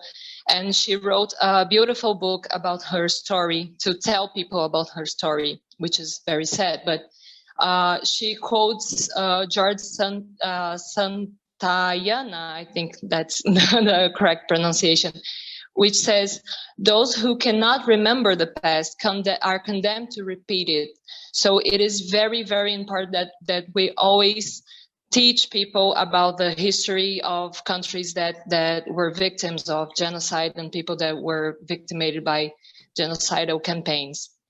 And therefore, we can see the importance of education to remember what happened and prevent it from happening again in the future. In this sense, we made research about the victim countries, such as Namibia, Rwanda, and Armenia, for example. They do include in basic educational programs the topic of genocide. So they really educate their population because, well, obviously they are victims and they do remember their descendants, their parents and grandparents from suffering these the genocidal campaigns. So it is an important policy for these victim countries to continue educating its populations. But on the other hand, we see that the perpetrators countries do no such thing. For example, Germany does largely teach about the Holocaust, but it doesn't really teach about its colonial past in Namibia, for example. So as you can see, the recent negotiations about paying reparations to Namibia, the German government is not negotiating with the descendants of the victims, the Nama and the Herero people. They are negotiating with the government, the Namibia's government. So the real victims are torn aside from this negotiation, and they are really complaining about it, mainly because Germany does not deal with this colonial past, as does Belgium, for instance. Here is this picture of the King Leopold II, and this picture was taken last year when Belgians have just discovered, I think so, that this king carried a major genocidal campaign. in the colony. So this is the importance of the education in perpetrators' countries, because people need to know where they come from, not only the victims, but also the perpetrators. So people can stop a genocidal campaign when they realize it's taking place. And we strongly believe that we cannot rely only on the victims to educate the next generations about their history, because they do have emotional and psychological issues that can be a real impediment for proper development of research, for example. And it does not suffice that only the victim countries teach about their past, but it is also necessary, as I just stated, that the perpetrators' countries do the same, because they are indeed the most likely to commit other human rights violations against less privileged countries, as we can see in Germany, for instance, that carried a genocidal campaign in Namibia and later against the Jews. So we cannot expect that an uneducated population recognizes a genocidal campaign when it is taking place, if they are not properly educated in this topic. We can see, for example, in Brazil, we just had the media accusing and people openly accusing our president, Bolsonaro, from conducting a genocidal campaign because he simply delayed the importation of vaccines against COVID-19, for example. And we can see that there's a gap here, because we strongly believe that it's not comparable. This presidential lack of conduct is not comparable to what happened in Namibia and in Germany, in Nazi Germany, for instance. So taking this into account, we have made some considerations on the best tools for preventing genocide, which will be presented now by my dear friend Lydia, who invited us to this research, and to who I give the floor now. Thank you. So in our last topic, we are talking about the basic education. It's the best tool for preventing genocide. We think other resolutions of the United States, such as United States Security Council Resolution 2015 on We're Committed to Fight Against Genocide, or Human Rights Council Resolution 2015 on the prevention of genocide, highlight the importance of education as a means to raise awareness about the case dynamics and consequences of atrocity crimes. Education about the Holocaust and genocide is part of the organization's efforts to promote global citizenship education, a priority of the Education 2030 agenda. In this context, UNESCO supports education stakeholders in their efforts to help learners become critical thinkers, responsible and active global citizens who value human dignity and respect for all, rejecting anti-Semitism, racism, and other forms of prejudice that can lead to violence and genocide. Therefore, the alteration of the elementary school grid, including in a mandatory way, the reading of books written by survivors, discussion of documentaries, including interviews with survivors, the visit to historic sites guided by survivors, and holding conversation cycles between victims and aggressors, as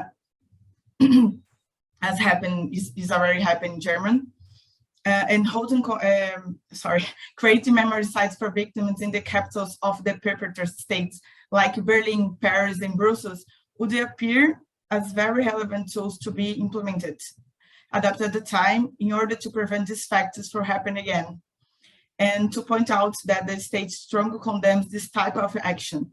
On the other hand, it would be important for the countries where the genocides were committed to include in the elementary school curriculum conversation cycles between Tutsis and Hutus, Nama and Heroes descendants and the descendants of the perpetrators, in order to discuss physiological issues caused by historic events as a form of collective therapy, carrying out mandatory schools visits to place of memory, and a subject aimed to awareness and prevention of genocide, in which class would be discussed just 10 steps to genocide, how to prevent and identify it. So thank you for your attention. It's an honor to us being here with you, and we are open for questions. All right, thank you very much. Our presenters, Stephanie Javier, Leila Soma, and Ligia de Souza Sequeira. So could you please unshare your screen? Yeah. Okay. Yeah, so it's you guys have Dimon have shown that you are you have honored your countryman Paolo Freire. Freire, I hope I'm pronouncing the name right. Yeah. So who gave the world this is one of my favorite books, Pedagogy of the Oppressed. So, and that's basically allowed me to understand your project, that the importance of education and conscientization in order to prevent, not just to critique genocide that's already in the past, but also to prevent further ones in the future. So I don't know whether any of our there are questions for your presentations. So if in the absence of, while others are still putting together their questions, could you talk a little bit more about your common projects, both at school, or whether you three of you are parts of a larger organization dedicated to this conscientizing people and spreading words about how to prevent genocide?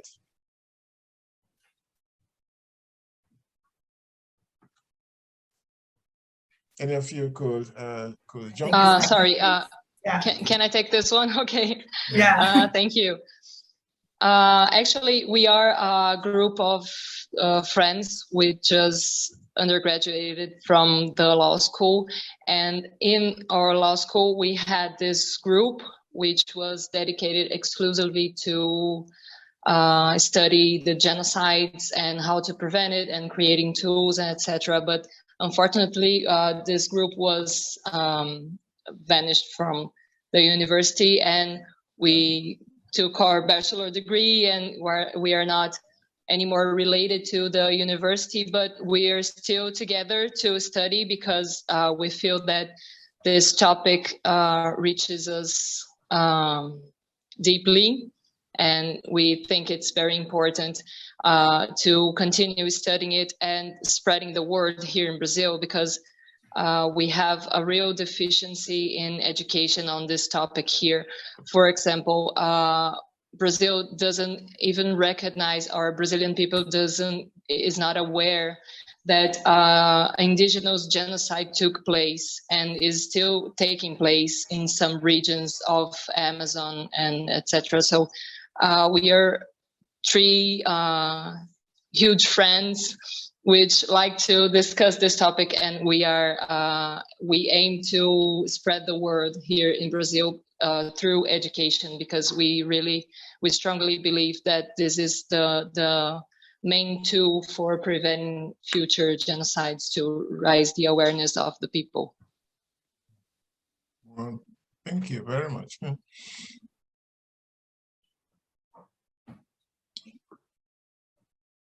So, does anyone have any question?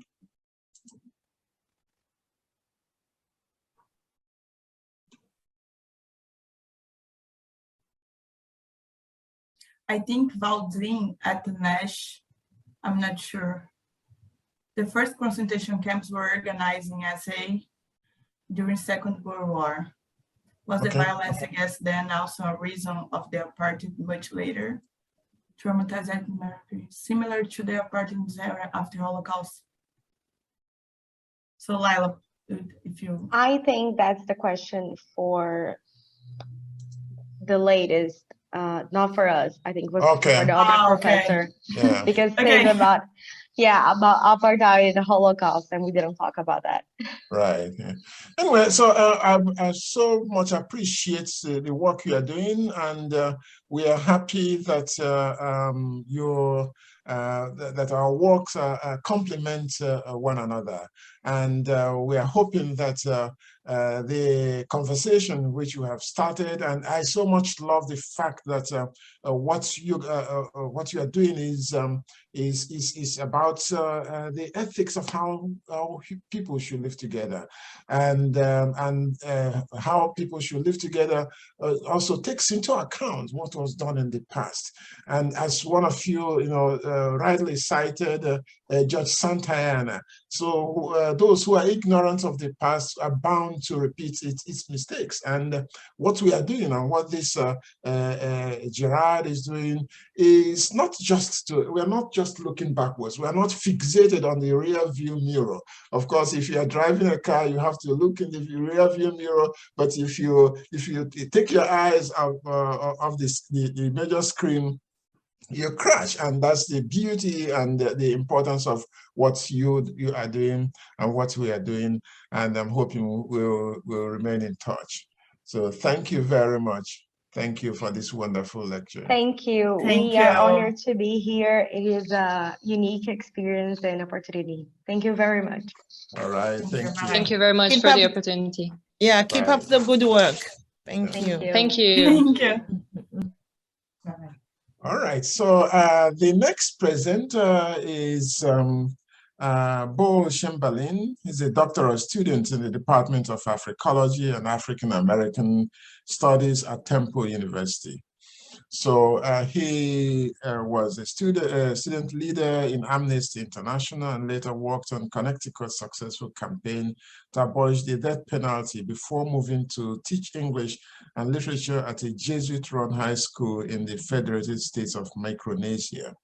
So as a Jesuit novice seminarian, he began investigating the history of Jesuit involvement in the enslavement of African people and left the Jesuits to pursue a second bachelor's in Black Studies from Cleveland State University, and then a master's degree at Temple. So his research focuses on Afrocentric criticism of the culture of white supremacy. He is interested in intellectual history and the legacy of racial metaphor in religion, aesthetics, and philosophy. His work has appeared in the Journal of Black Studies, and he is the recipient of the Molefi Asante Award for Afrocentric Scholarship.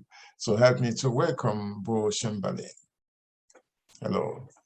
Hello, thank you for having me. It is really an honor to be on such an incredible program. So I really appreciate it. And thank you to all the organizers of the conference for all of your work. I'm going to be reading a paper, Barbarian Logic, Genocide, Pan-African Criticism, and the Unspeakable Nation. So let me begin. In 1933, the Polish legal scholar Raphael Lemkin planned to travel to Madrid to defend a proposal he'd written for the League of Nations to outlaw two crimes that he called barbarity and vandalism. Barbarity referred to the destruction of what he called somewhat loosely a national or religious collectivity, and vandalism referred to the destruction of such a collectivity's works of culture. This was to be his first attempt at introducing into international law concepts aimed at preventing and punishing the destruction of peoples. By his own recounting, he was ultimately prevented from attending the conference when a Warsaw newspaper accused him of using his office as a public prosecutor to influence laws meant solely for the protection of my own race. Lemkin went on to encapsulate what he had once called barbarity and vandalism in a single term, genocide, and to spend his life advocating for its interdiction in international law, lobbying for its inclusion in the indictments of the Nuremberg trials, and for the ratification of the Genocide Convention. The charge that his legal innovation was so specific that it was meant solely to protect his own race would prove ominous. Lemkin begins his autobiography expressing the horror he experienced in his youth upon reading of the destruction of Christians under Roman Emperor Nero in Henryk Sienkiewicz's novel Quo Vadis. I became so fascinated with this story, he writes, that I looked up all the similar instances in history, like the destruction of Carthage, of the Huguenots, of Catholics in Japan, of so many Europeans by Genghis Khan. In lobbying diplomats on the ratification of the Genocide Convention, Lemkin made frequent use of historical examples of genocide to prove the concept was far-reaching enough to merit its own law. His recountings of these conversations are filled with reference to classical Europe and the Hebrew Bible, alongside Japanese Christians in the 17th century and Europeans under Genghis Khan. Lemkin's usage of the terms barbarity and vandalism, with their resonances from classical Europe and the often mythologized sack of Rome, reflect an intellectual trend that became pronounced in the wake of the Holocaust. As the full extent of the horrors of the Holocaust came to be more widely known and more readily believed, the unspeakable nature of this horror suggested to many something of a past so primordial as to escape description except by reference to a history that had already taken on the status of myth. Barbarism and a family of terms closely related to it served as grist for the mill of the Frankfurt School's philosophical reckoning with the Enlightenment tradition, made their way into the indictments of the Nuremberg war criminals in the indictments of Nazi war criminals in Nuremberg, and as this paper argues, continued to shape contemporary understandings of and approaches to the phenomenon of genocide. Western thought about barbarians has two fundamental orientations. The first of these is towards the outside.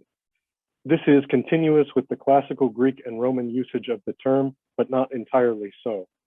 As Patrick J. Geary argues in The Myth of Nations, though the term may have been one of mild opprobrium in classical antiquity, federated armies of non-Romans in the Roman Empire nonetheless accepted barbarian as a more or less neutral marker of their non-Roman identity.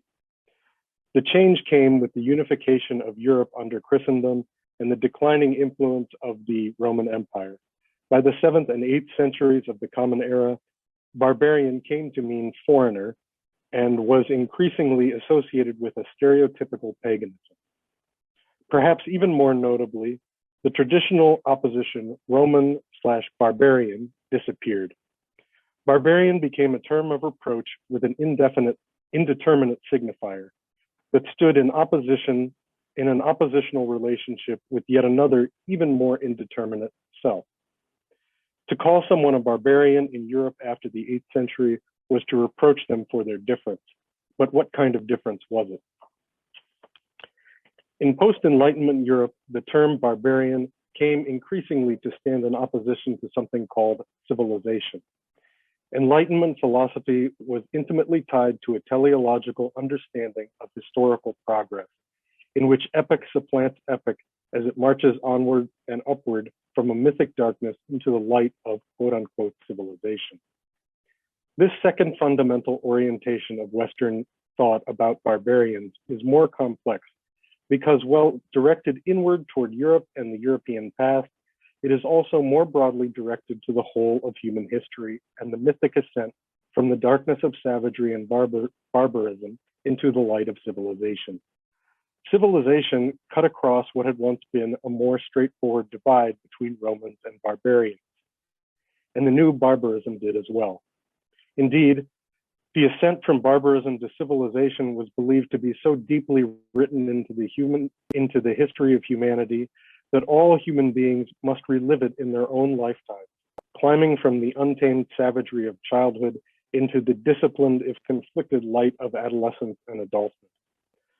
Through their claim to have inherited the arc of civilization, European intellectuals also laid claim to classical Greece and Rome, even while recognizing that they themselves, in many cases, were the descendants of the same barbarians who had laid siege to the classical world.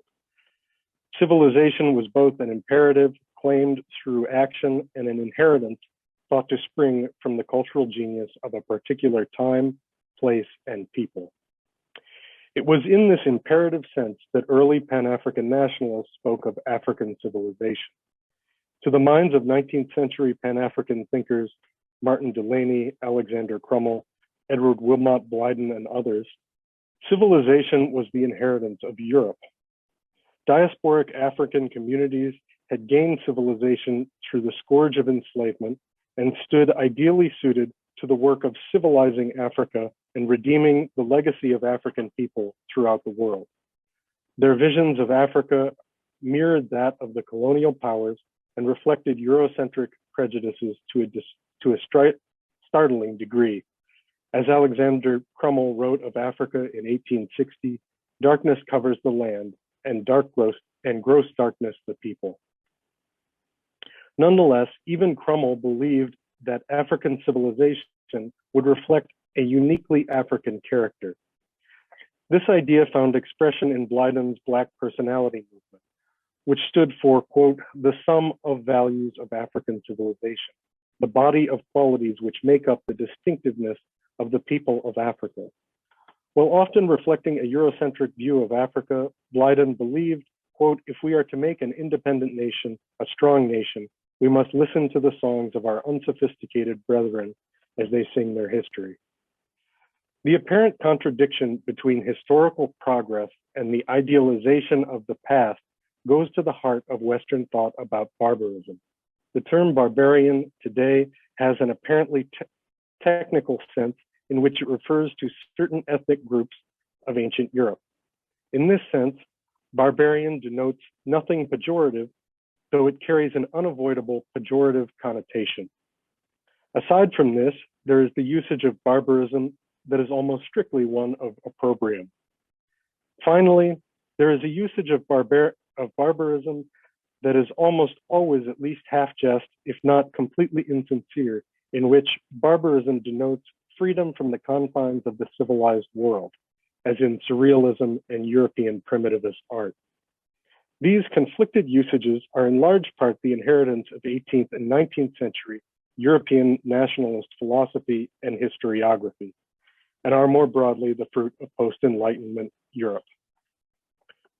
In his classic criticism of Conrad's Heart of Darkness, Chinua Achebe writes, quote, Africa is to Europe as the picture is to Dorian Gray, a carrier onto whom the master unloads his physical and moral deformities so that he may go forward erect and immaculate.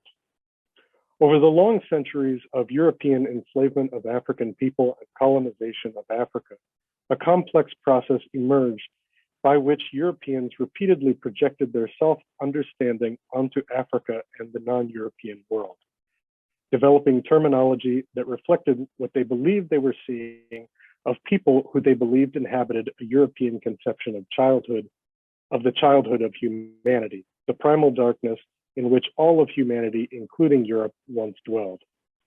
This terminology, developed in the colonial encounter, took on a life of its own in Europe and the pan-European world, where it served as a basis for social theory that manages to carry its colonial origins, if only by implication. The examples of this process are too numerous to count, but to take just one, the term fetish originated in the 15th and 16th centuries among Portuguese sailors on the west coast of Africa. An apparent description of religious objects, the term came to be theorized as fetishism by the French writer and linguist Charles de Brosses in his 1760 work on the worship of fetish gods, where he wrote, quote, fetishism owes its birth to a time when people were pure savages, plunged in ignorance and barbarism. And, quote, some nations have remained in this unformed state up to the present. Their customs, their ideas, their reasoning, and their practices are those of children. And finally, quote, in general, there is no better method to pierce the veils of the little-known points in antiquity than to observe whether somewhere before our eyes, something quite similar is still occurring. The influence of the concept fetishism, traceable to de Brosses and the perceptions of Portuguese sailors in Africa, can be found in Marx's critique of commodity fetishism and Freud's analysis of fetishism as sexual perversion. The word conjures a mythic past and a horrifying present without any specific reference to the European perceptions of Africa from which it is derived.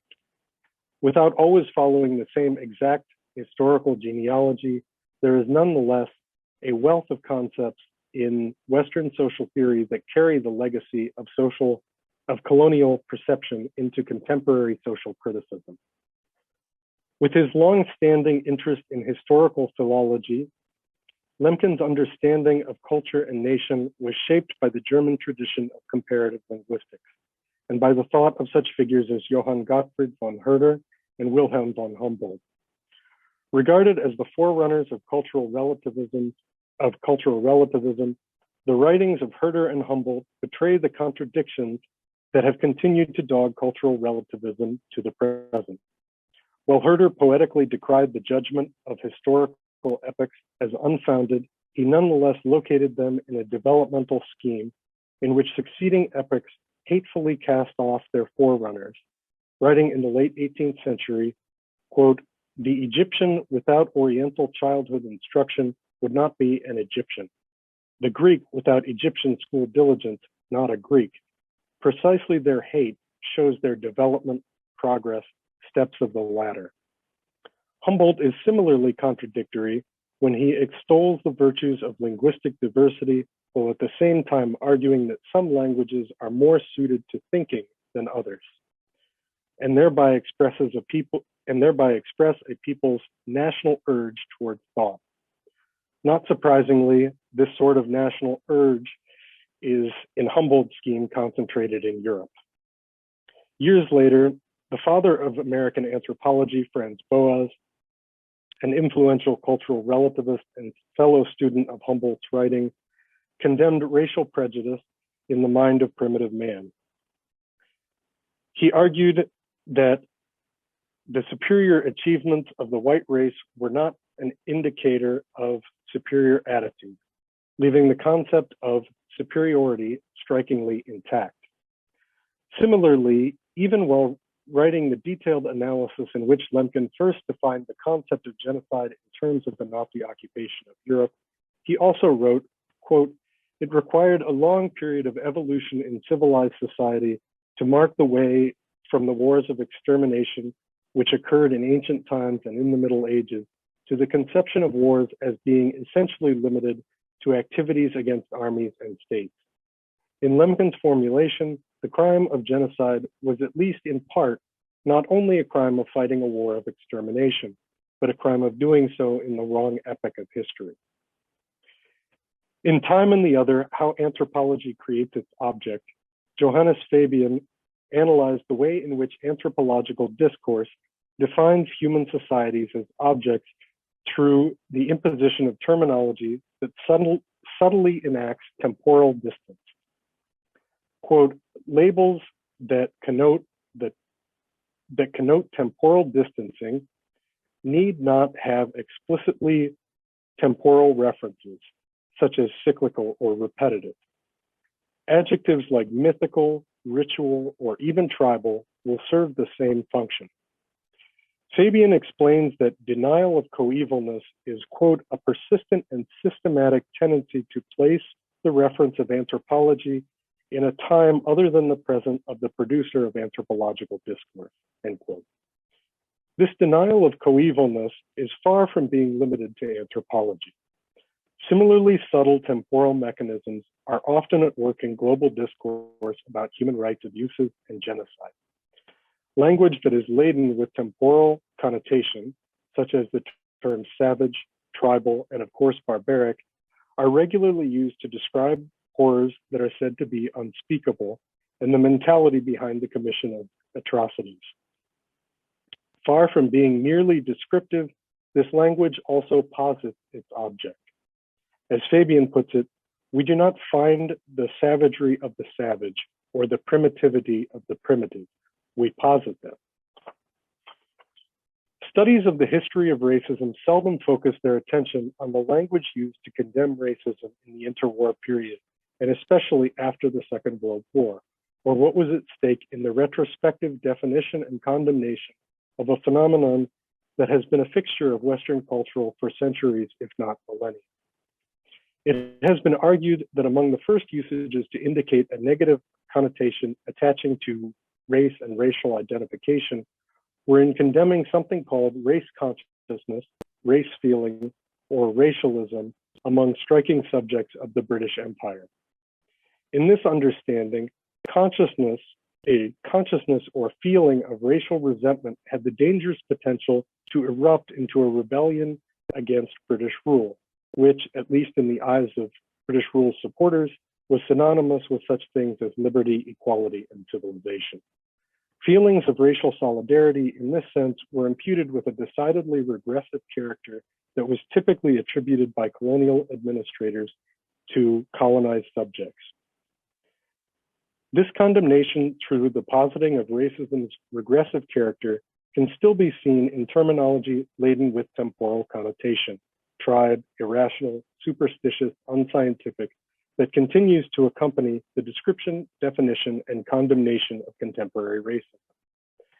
I argue that this time-laden language serves to obscure rather than clarify the processes at work in racism, violations of human rights, and genocide. Lemkin was far from out of step with his time in using terms such as race, nation, national group, religious group, and people almost interchangeably. Focused as he was on how such groups are destroyed, he left it mostly to others to address how such groups are created and defined. One result of the post-war emphasis on deconstruction of such group identities was a change in terminology that has retrospectively obscured the wide influence of what we might call, as opposed to racism, racial thinking. Scholars in a wide array of fields relied on race in conceptualizing phenomena that sometimes had a very clear connection to what we now call racism and sometimes did not. In cases where the shift is clear, a historical connection with what we now call racism is obscured, as in the shift from race hygiene to population health. In other cases, the connection may appear more disparate even when it is apparent, as in the regular usage of the supposed capacity to identify races of people by appearance as an analog to explain the grouping of like phenomena in the development of the notion of scientific objectivity. This linguistic vigilance about explicitly racial language has, with time and political struggle, played its part in producing substantive political changes, such as the removal of explicitly racial quotas from immigration law. But it has also brought about a complexity that can leave contemporary opponents of racism and genocide to feel that we are wandering on the haunted grounds of a history we can never escape, living a peace that is at best doomed by ghosts who will always reappear in many forms, and at worst, not peaceful at all. One of the things Lemkin undoubtedly took from the linguistic philosophies of Herder and Humboldt was the sense that there was something intangible, even spiritual, that makes what he vaguely called a national group unique. There is something similarly intangible in the destruction of such a group. In her work, Let the Circle Be Unbroken, The Implications of African Spirituality in the Diaspora, the Afrocentric scholar Marimba Ani uses the term maafa, meaning disaster in Kiswahili, to name the destruction wrought by, quote, a set of interlocking mechanisms and patterns that function to deny the validity of an African humanity.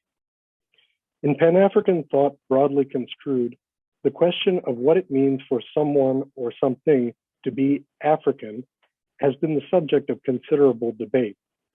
The question has a particular significance in the African diaspora, where it not only denotes a present identification, but also posits a connection to a past that is often denied. What I have attempted to demonstrate in this paper is that language used to define not only genocide, but racism and violations of human rights often does so by consigning them to a time that is mythically past. As the ongoing sufferings of the African diaspora witness, this past is in fact ever present. Ideological formations that undermine the tangible and intangible elements binding the African diaspora together also function to deny the reality of the maafa. Such formations undermine movements to demand historical restitution and limit the capacity of cultural criticism to name the workings of destructive processes. Such destructive processes are not limited to incidents of racial violence and historical injustice, but are also found in the realm of cultural discourse where deep-seated cultural anxieties and feelings of supremacy are often reproduced under the subtle guise of the mundane. Thank you. That is all I have. Thank you very much, Bo Chamberlain. So so thank you again for this wonderful presentation. So I think I don't know whether we have questions, but I guess people are still putting together their thoughts, and while they are doing so, I'd like to perhaps you started the thoughts of what it means for somebody to be African. I would like you to expatiate on that, especially in relation to what you have put together here as a Pan-African critique of the barbarian logic. And so that's my question.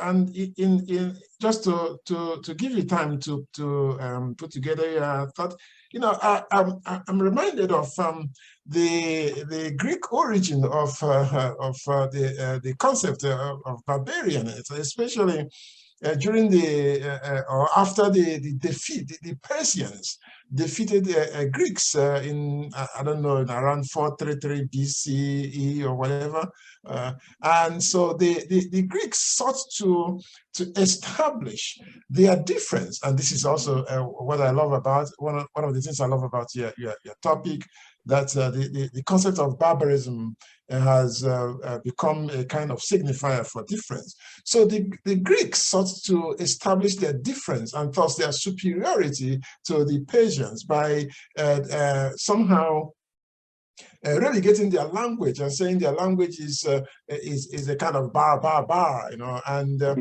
by the way, in Greece is the birthplace of Logos, and where the barbarians have no access to Logos. So when Africans exercise, or when they deploy their Pan-African or Afrocentric criticism, how are you sure that they are not going to fall back into the pitfall of essentialism? And that connects to the question of what does it mean to be African?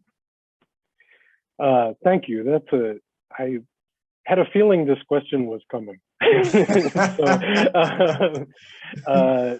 So I think that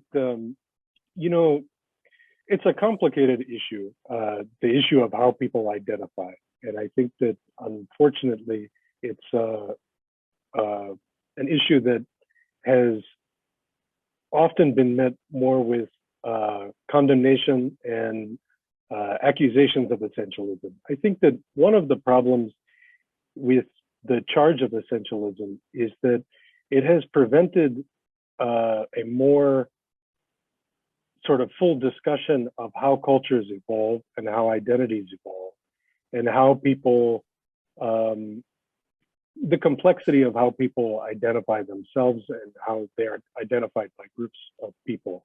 And I think that is one of the things that,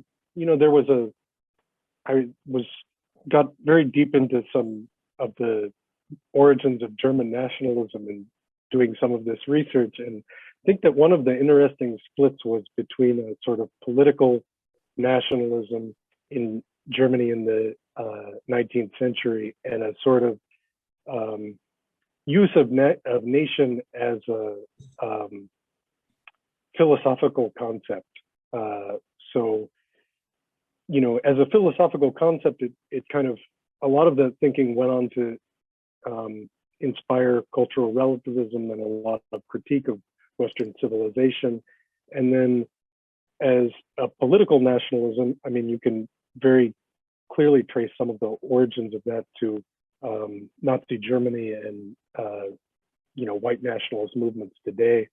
And I think that the complexity of the issue is really what I think is so important, that the complexity not be sort of cut off or smushed down. I think that the ability of people to discuss what it means for them personally or for others to be African is something that's important to be able to be recognized in its full complexity, as opposed to something that is always a discussion that's happening on the defensive. Kind of reminds me of, Frantz Fanon talking about the Manichaean condition of colonialism. You have this battle between good and evil, and you automatically put groups into a defensive position. And I think part of the process of liberation should include the ability to have these discussions outside of a defensive position, where somebody is saying, I have to be able to defend my right to identify as an African.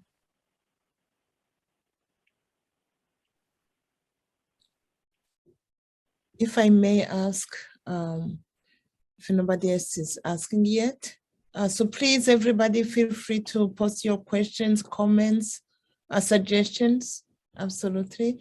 Very good presentation, Bo. I very much enjoyed it, especially with the linguistics aspects to it. Just really beautiful. That made me think about the word tribe. And your presentation really brought me to thinking about tribe, the two words, tribe and civilized or uncivilized, as they relate to barbaric behavior, or things you need to change about others so that they are what you think is good based on your own definition of good. And so tribe, I was thinking about the Jutes, Jutes and were real tribes in Europe, right? Before everybody became civilized, and then other parts of the world were not civilized. And I keep thinking about what moves in terms of identity, what moves people from feeling or being treated as uncivilized? How do you fight so you get out of this concept of civilized / uncivilized, and also tribe, honestly. And I'm not talking about anthropological definitions. I'm talking about societal definitions and a societal identity.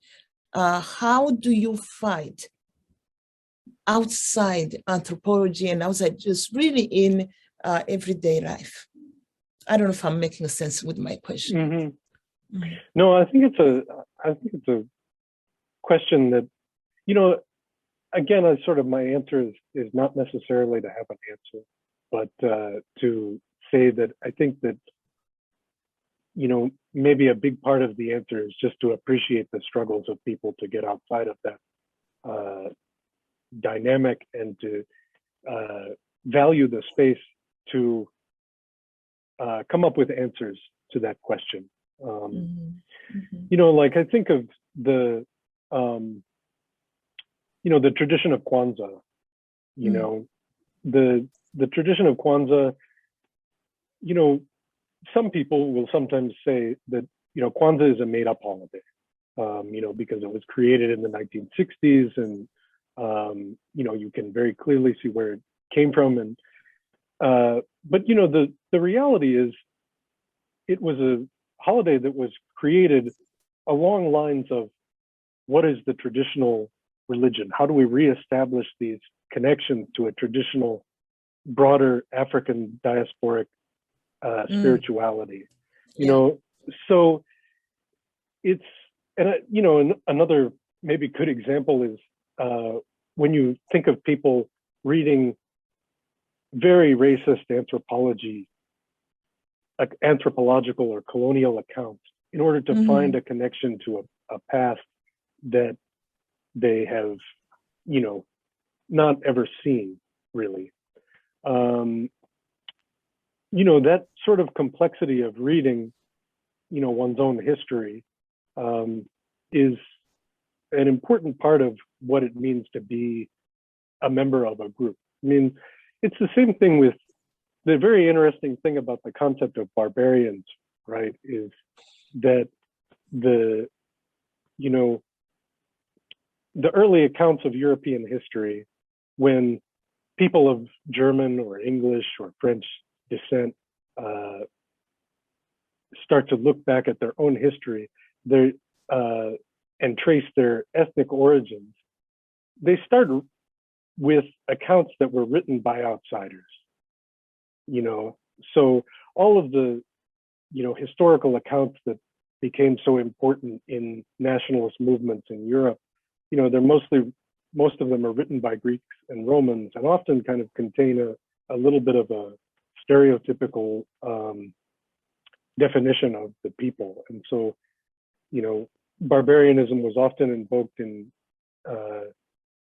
Germany in the 19th century as kind of this is our wild barbarian spirit. And that was something that Romans had projected onto tribesmen in Germany, whether it was true or not.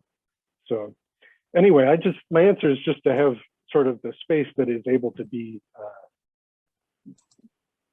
where people can identify and have that discussion freely and organically. Thank you. Thank you. Okay, I think there's one more question that reads, according to which conditions we call the nation or member of the groups barbarian, or whose condition? So who decides it? Why the people of Asian origin count as barbarian defined by Western system? So I think you might take a stab on that. Sure. I think that the answer to who is defined as barbarian is obviously something that somebody is calling. It's changed throughout history. I mean, that was a big part of the point of tracing all of these shifts, these kind of major shifts in defining barbarians, is that it has changed over time. And whereas it meant something semi-specific in the Greek and Roman world, it wasn't really that specific even then. I mean, it was, like was said, based on people who speak an unintelligible language, bar. So, and it's come to have a similarly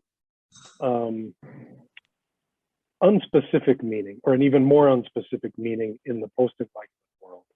So,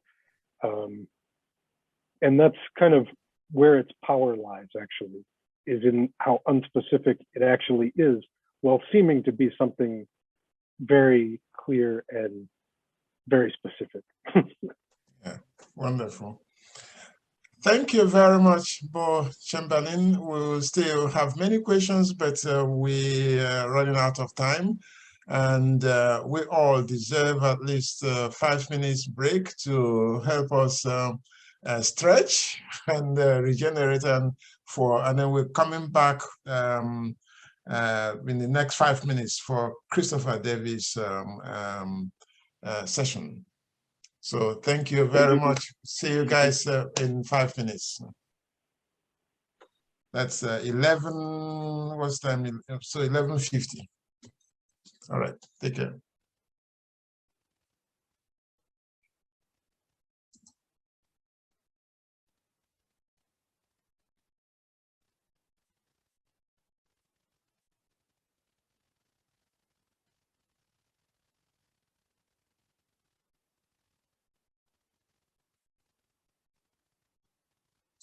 Have the honor of welcoming Christopher Davey and his presentation. Christopher Davey is the Charles E. Scheidt Visiting Assistant Professor of Genocide Studies and Genocide Prevention at the Strassler Center for Holocaust and Genocide Studies. He teaches genocide and civil war in the African Great Lakes region and genocide prevention and conflict transformation. His research explores the connection of genocide across DR Congo and Rwanda, and contemporary perspective on genocide from identity to diaspora, mobilizations of genocide, and climate-related violence. He also serves as a board member and project lead for Education for Global Peace. Education for Global Peace is an organization which is building a global network and movement that seeks to bring about a world based on cultures of peace. Following the belief that the foundation of peace building is peace education, EGP is committed to developing projects and strategies on peace education at different levels worldwide. So please help me to welcome Christopher Davey. Thanks very much for the introduction. So our intent today was to do a workshop with you all, but we've hit some technical issues. So I'm just going to share with you a little bit about the work we're doing at Education for Global Peace, and then the scenario that we're using to help generate some ideas and strategies, and hopefully a proposal for an agenda on peace education that deals directly with the prevention of mass atrocities. So I'll just say a little bit real quick about Education for Global Peace. We are a fairly new organization. A couple of our members are joining us today, one of which is Chris Tofolo, who is part of NEIU there. And another colleague hopefully is joining us as well. And so the work we do at EGP is geared around trying to work through several different projects and working internationally with partners and educators on the ground to build, as was read in the introduction, cultures of peace through, again, various different projects. Some of that is very academic. We are authoring books which bring together experts on their specific countries and efforts around peace education. And we're also looking to develop an index that measures peace education. And we also have more sort of micro level projects that we're working on that bring people together in a virtual classroom space to help them, just give them a space to discuss human rights, peace and justice, memory, and many other aspects that can build peace on a local level. So the reason why I was interested in participating in the conference in this context was to help us think about strategies similar to one of the earlier talks that are connected to education when it comes to trying to prevent genocide. Because oftentimes there are significant paradigms in genocide prevention that are focused more on militarized intervention, big international actors, and do not give enough time, attention, or space to local or grassroots level actors. And so that's part of what EGP does, and part of what the workshop was intended to walk us all through. So what we have proposed to do is I'd like to perhaps have a discussion with us all, if we could, about peace education initiatives that you're interested in or that you're aware of that could respond directly to mass atrocity or mass violence. But first of all, I would just want to note that the workshop, the scenario that we were going to walk you through is a fictionalized scenario of a conflict in a country in conflict, that with a worksheet that has you sort of develop some ideas that are specifically in response to that fictionalized scenario. And so if you're interested in participating in this workshop, I'm going to be setting up a future date early in the summer. And so if you're interested in participating, please drop your email into the chat here or into the Q&A. And if you wish to reach out to me, I'm putting my email in the chat, which hopefully I can share to everybody here. Yeah, there we go. So you can reach out to me if you're interested in participating, and we'll be putting together some dates for that. So if I'd be interested in turning towards maybe a discussion with us now in the little bit of time we have before the next presentation. Again, the drive behind this is to try and shift our thinking away from the sort of bigger, grander interventions or attempts at preventing genocide. And there's a lot of great work out there, from early warning projects to states that are themselves or large international organizations that are committed to preventing genocide. However, using a peace education framing, what we're hoping to do is to try and explore ways in which states, certainly international organizations, but local level organizations, right down to kids in schools or adults in an educational setting, and their teachers can work together on building these kinds of cultures of peace that we're committed to at Education for Global Peace. So again, if you're interested in participating in this workshop early in the summer, you can contact me via the email, or you can drop your email in the chat here. So perhaps if we have a little bit of time still in the schedule, I might be able to just open it up for any thoughts or responses you have to the approach we're taking. Again, sort of thinking from the national to the local, and even on international scale, about how peace education can be a response to mass atrocity prevention. Great, I'm seeing a few more email addresses popping in. Thank you. Great, yeah.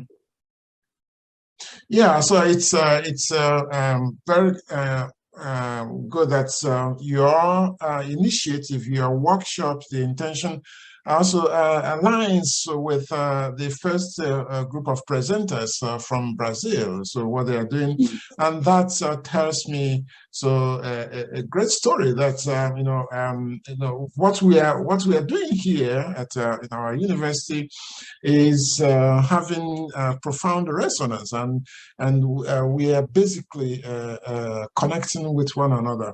So could you just while we are collecting emails and getting questions, could you just say one or two words on some of the initiatives that the Peace Education Initiative of your group has undertaken? Yeah, so I mentioned some of the academic work we're doing. One of the core ones here is developing a peace education index, whereby we can deploy some really concrete metrics in trying to measure and understand the dynamics of peace education as it's deployed in different states. So this would be a country by country index that provides that measurement.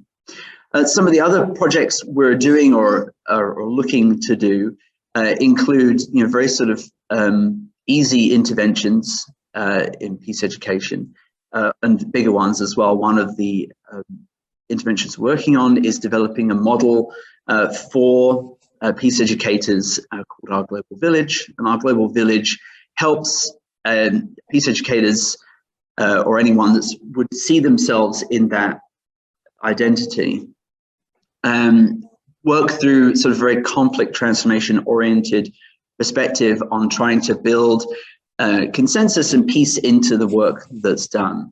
I will put into the chat here a link to our website, and you'll be able to find out more information about that one in particular.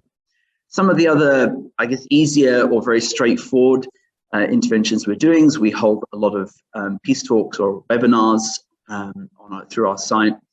We also have been developing and publishing online a comic strip that is for parents or kids, but then peace educators as well, teachers that are interested in building peace into their classrooms.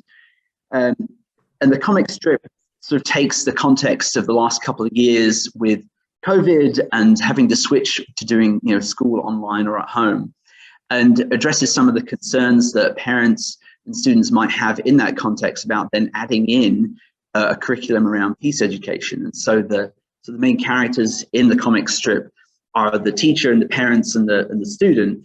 And the teacher introduces this idea of we're going to be talking about peace or peace building in our courses, and the parents have some problem with this and some pushback, and so then the comic strip series works through some of those issues and challenges. Again, the audience there is parents and educators to help think about how we can make space in the everyday, but particularly in an educational setting for peace building more generally. I'll drop in the link in the chat here so everyone can read a little bit more about the other initiatives that we're doing. But I think those are some sort of important ones to mention off the bat. I did see a question. Yes, so there are two more questions. and the one is direct. What evidence do you have that peace education actually works? And another question is your work somehow related to Nagorno-Karabakh region? You know, do you ever consider that? And just to add to the question, to the whole question, the first question? Yes. It was in relation to the keynote talking about the actual beneficiaries of mass atrocities. So to just dispose that thought onto it too. So I'll go to Seda's question about Nagorno-Karabakh. You know, I'm not an expert in that region, and I'm not familiar with any work that we've done in that region in particular, but I'm certain there are, you know, peace educators and peace builders that are working in that particular conflict space. But if you are interested in developing a project in that region, you should get in touch with us, and we'd be happy to build something or just, you know, scope something with you. Sharon, your question. So you're adding on the comment about the beneficiaries of mass atrocities, right? So I'm just getting my head around this. Oh, yeah, I was just referring to when our keynote speaker talked about who the actual beneficiaries were of mass atrocities. So just a connection between what evidence that you may have or you may think that makes peace work effective when the actual beneficiaries are not the people of mass atrocities. So we're talking about governments and how political the whole thing is. Yeah, no, that's a really good question. I'll hand over to Chris in a moment here, but a lot of the research that we've done recently, again, sort of gathering in expert views on 10 particular case studies in our recent book that manuscript we're working on, wrestles with this particular challenge, right? So the space that creates peace education agendas often is a post-conflict space and is a negotiated space, right? And so one of the things that we've identified, and something that we hope in the future to respond to, is, you know, how do these different parties, from the state to local or international NGOs, human rights activists and peace educators, and then, you know, groups with other agendas, how does that space work and how does it function with all those different interests? And so a given program of peace education may choose to focus more on softer aspects in terms of having dignity and respect. How does human rights get taught in our schools? But then not necessarily get into the harder conversations about how to do peace building, how to work with, you know, traumas of the past. And so Rwanda is, you know, a good example of this, right? That there was immediately after the genocide, there was a hiatus on teaching any history. And then, you know, a curriculum was negotiated and pulled together, but now, from my view, is largely an instrument of the government in, you know, constructing a very specific political space that does teach history, but a scenario in which other researchers have shared that isn't a very friendly or open environment for teaching history. So peace education in that context is very kind of constrained and negotiated. I can come back to that, but I'll see if Chris has her hand up as well. Sure, I was just gonna kind of follow up on some of what Chris said. And I think the book that we're putting out now really was trying to deal with this question very directly, right? I mean, we know that both peaceful behaviors and violent behaviors are learned social behaviors. And, you know, being able to handle conflicts, whether it's interpersonal or political, there are strategies that work that can be used in nonviolent ways. So if you take that as a premise, we would want to have our children and maybe adults to learn more peaceful ways of resolving and working through conflict. You can accept or reject that premise, but if you accept that that is a premise, that there's some space or some role in educational systems for helping people negotiate conflict in less violent ways, we know that if we wanted that to be more widely available, you're talking about going through educational systems. but educational systems are political projects controlled by governments. So the actual book that the case studies actually look at this. It's like, what does peace education mean in certain countries? What is the government hoping to achieve by these mandatory or voluntary curriculum-wide instruction programs? And how is that viewed from the grassroots level on up? Because if we could wave a magic wand and say to the world, you know, we're going to teach our children more peaceful ways of handling conflict, you know, you have to be careful for what you wish for, because a lot of things get labeled peace education, and some of them are very political projects along the lines of what our keynote spoke about earlier today. So I think we're trying to critically interrogate this and go case study by case study to see, you know, what space is available and in particular contexts, and what seems to have an impact based on case study approaches. So it's still anecdotal at this point, but I think we're trying to even figure out from anecdotal case studies about what might be successful or how spaces are created by local communities, sometimes with the blessing of the state, sometimes in contravention of that, so that we could help spread best practices that might have lasting impacts. So trying to add that in. Thanks, Chris. I'm seeing your follow-up, Sharon. I'm understanding a little bit more about what you're asking now, and certainly it, you know, a lot of things are about power. Almost everything is. But your comment about, you know, power in these situations in post-conflict settings or conflict settings, right? How does peace education address that? And certainly, you know, there's a long-term investment that's made in peace education. But when I am talking about peace education, I'm not just referring to your curriculum education programs, even though that is a core part of it. You're also talking about, you know, broader societal education programs or trainings that might be offered that can help create perhaps a kind of accountability that can respond to those power dynamics that could, you know, again, impacting those beneficiaries of, you know, of mass violence. So yeah, it's a really good question, right? How does peace education address those beneficiaries and those holders of power in those situations? And I don't have a full response for that, but I think that it is a key issue. There was a question in the Q&A by Vadim on peace education and child soldiers, and this is a really important one. And in my work in Eastern Congo, you know, you can see the distinct absence of peace education, which does lead to continued recruitment or intergenerational recruitment of soldiers, you know, from their teens, you know, even younger. You know, but we do see, you know, promising efforts in places like in Uganda, in northern Uganda, where there is efforts of reintegration and trying to help build you know, survivors of, you know, groups like the LRA back into society who were recruited as child soldiers.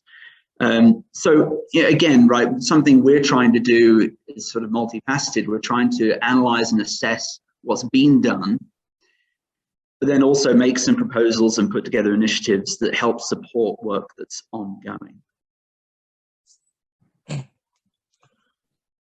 I think this is a little bit of the peace initiative discussion we are going. One of your presentations was to be on the genocide, uses of genocide in Cameroon. I don't know whether you had time to work on that.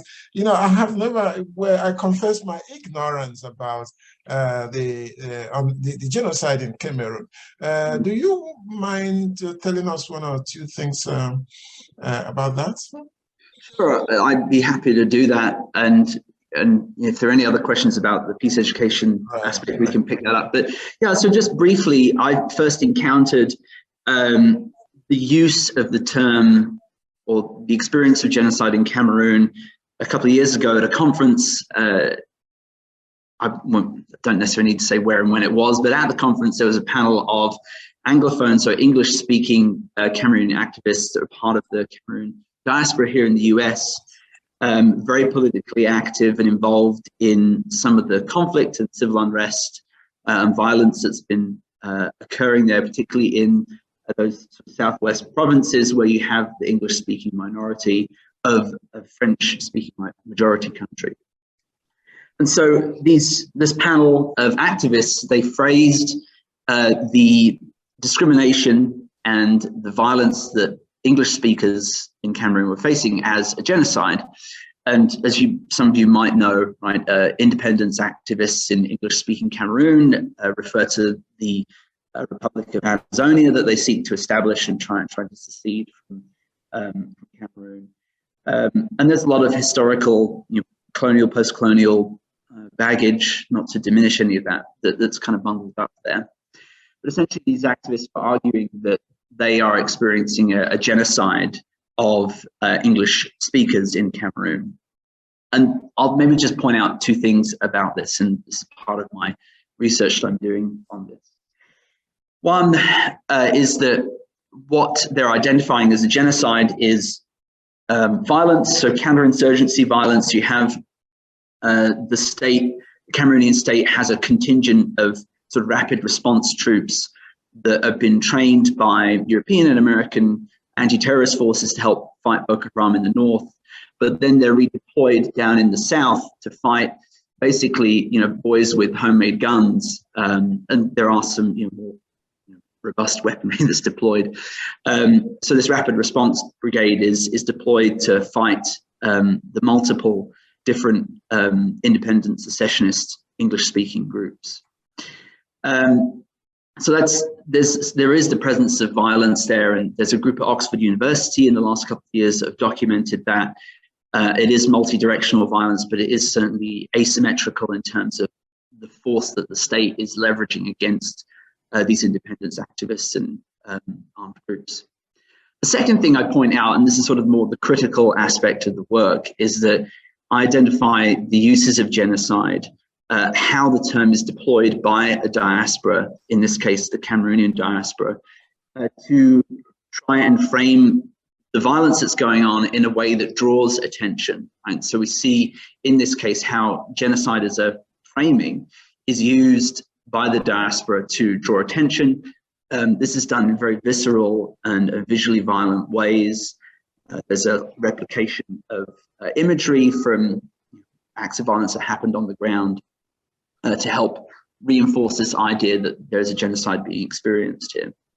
So I suppose in a more of a evidenced or qualitative sense, what's actually happening on the ground is a really massive, brutal, counterinsurgency campaign that ebbs and flows with counterattacks from these smaller rebel groups.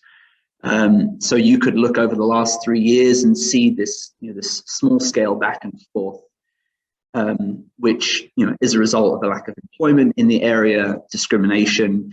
There were bans against English judges, English school systems that were part of the Cameroonian state previously. And so Paul Biya, the current presidency, has really pushed down on Anglophones as a result of their political organization over the last decade. So it's a complex picture, but what I saw was the uses of genocide as a label, where it didn't necessarily apply if we were taking sort of a cold international law perspective, but it gave subjective meaning and political leverage to this fractured diaspora trying to argue their case. Yeah, so one of the questions is how is it how correct is it to compartmentalize, to differentiate Africans in a given country like Cameroon according to languages, because you said French speaking and English speaking. So can we justify this compartmentalization and in relation to the uses of the term genocide? because sometimes you find that in a given ethnic group, so there's a part of that ethnic group that speaks French, and then part of that ethnic group that speaks English. So what's the justification for this difference? That's one of the questions. Yeah, and it is a really hard issue to justify, because underneath those political identities of being Francophone or Anglophone within Cameroon are then a host of other ethnic identities, tribal heritages, but then also multiple different languages that are used. And so when Anglophone diaspora members or political activists that appeal to this Anglophone idea, they actually do then cover up this variety of other divisions and distinctions within society, which get to the real sort of complexity of what's happening in Cameroon. And so the use, and obviously I'm replicating that in my analysis, because that's how many simplify the conflict and describe themselves as being Anglophone versus the other that's Francophone. But then it also speaks to some of the post-colonial structures within Cameroon and its history of being, one of these, independent states that was a colony that got passed, back and forth between Francophone and Anglophone, even German spheres of influence. So yeah, it is hard to justify the Anglophone-Francophone distinction, but this is the one that many activists choose, or diaspora members choose to use, because it simplifies what's going on the ground in a way that they feel international audiences can easily understand it. Right.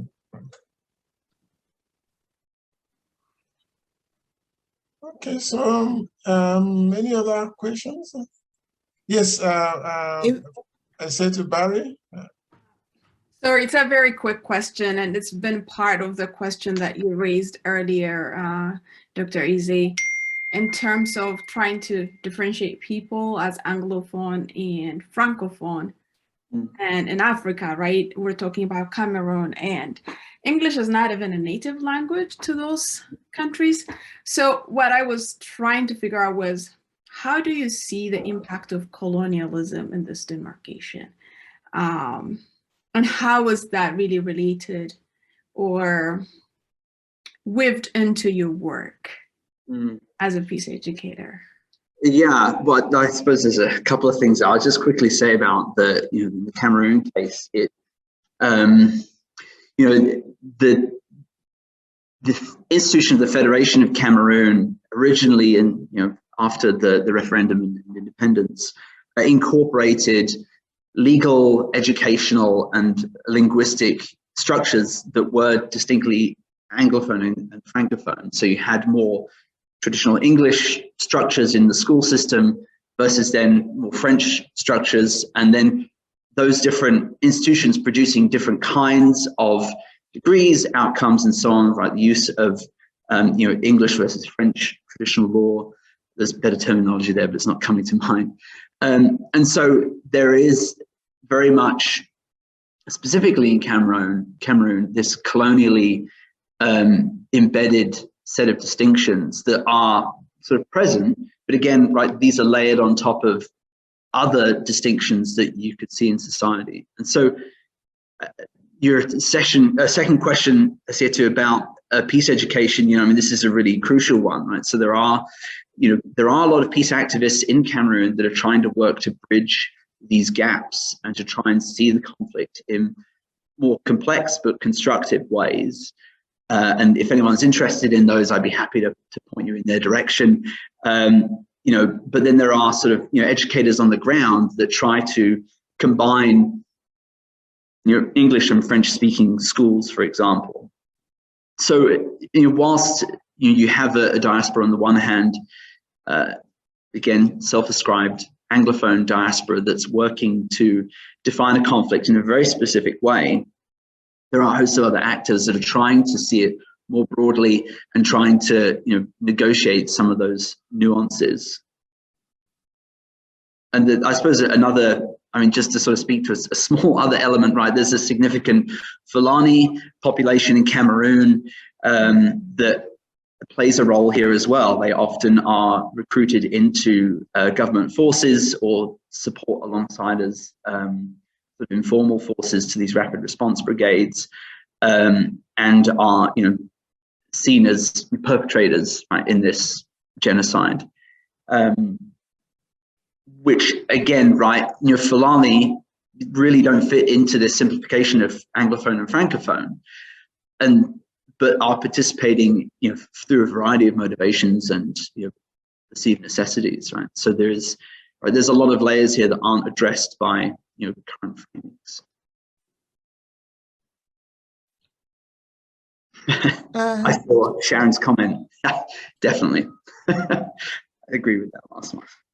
Yeah. And do we have time for one more question, Chi? Oh, can you? Well, you're on mute. My goodness. Oh, yes. Yes, we have time for questions, because the next presenter is at the next talk is at 12:45. Yeah. So. Thank you. So I guess I could ask then a question. Chris, the work you're doing is really amazing. Education everywhere, from, you know, children all the way to adults.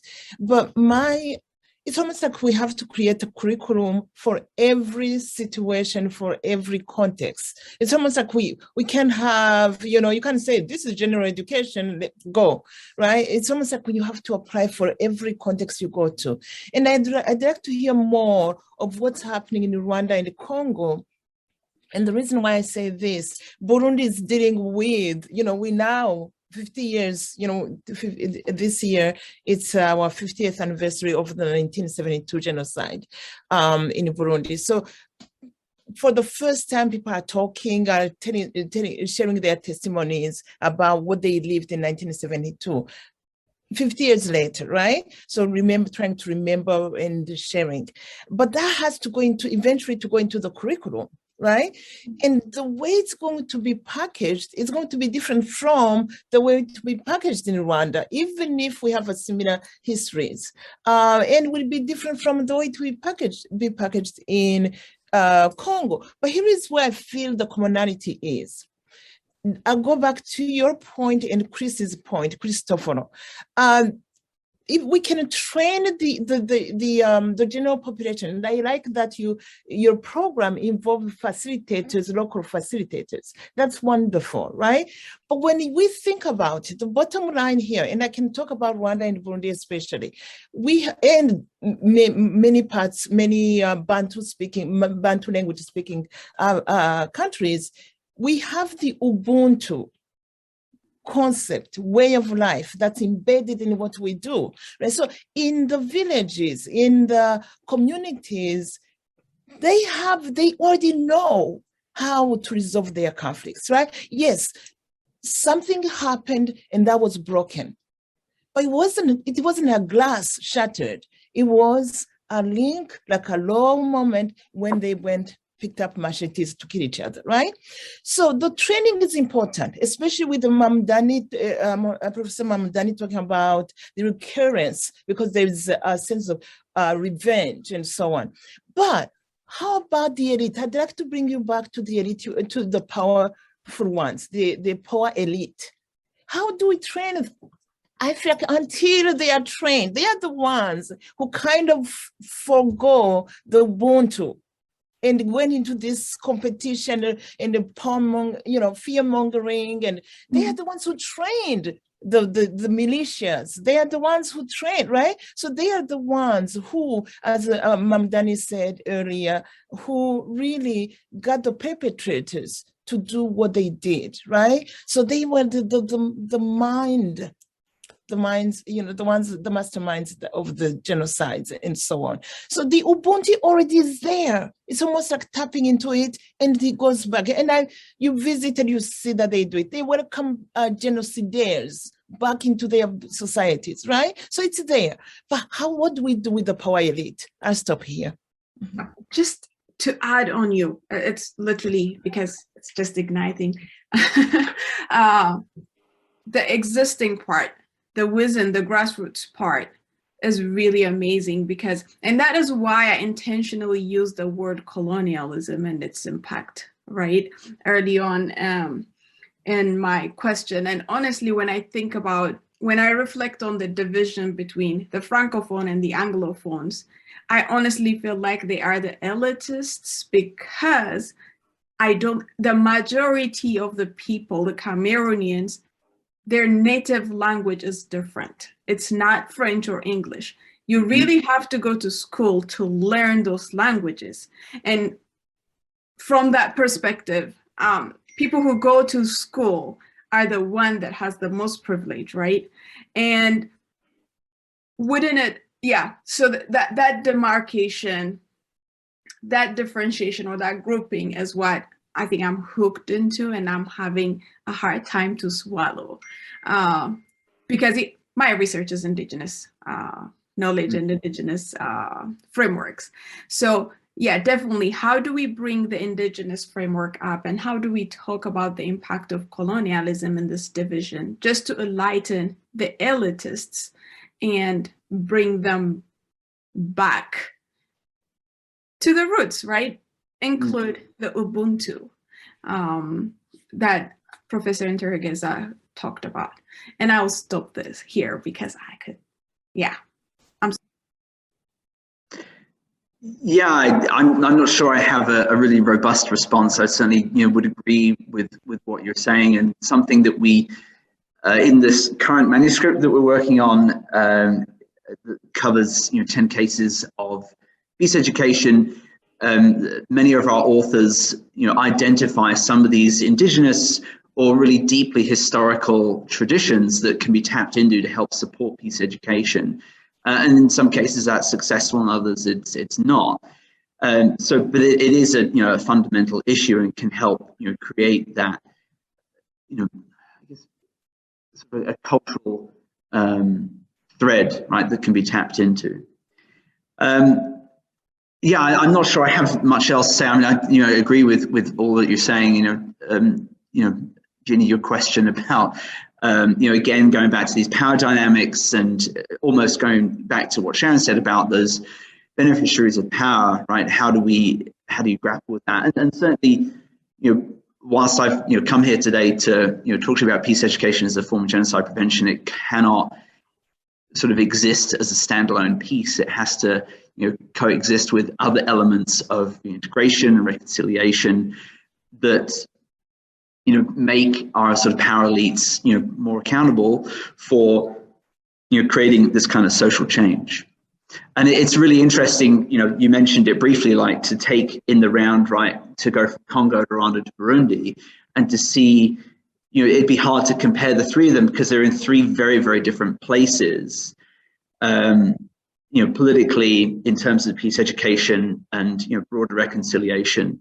And it would maybe take another conference to try and put them on a scale as to where they're all at. But yeah, there's, wide differences there. And to know that Burundi is sort of embarking on that conversation, noting that anniversary is good.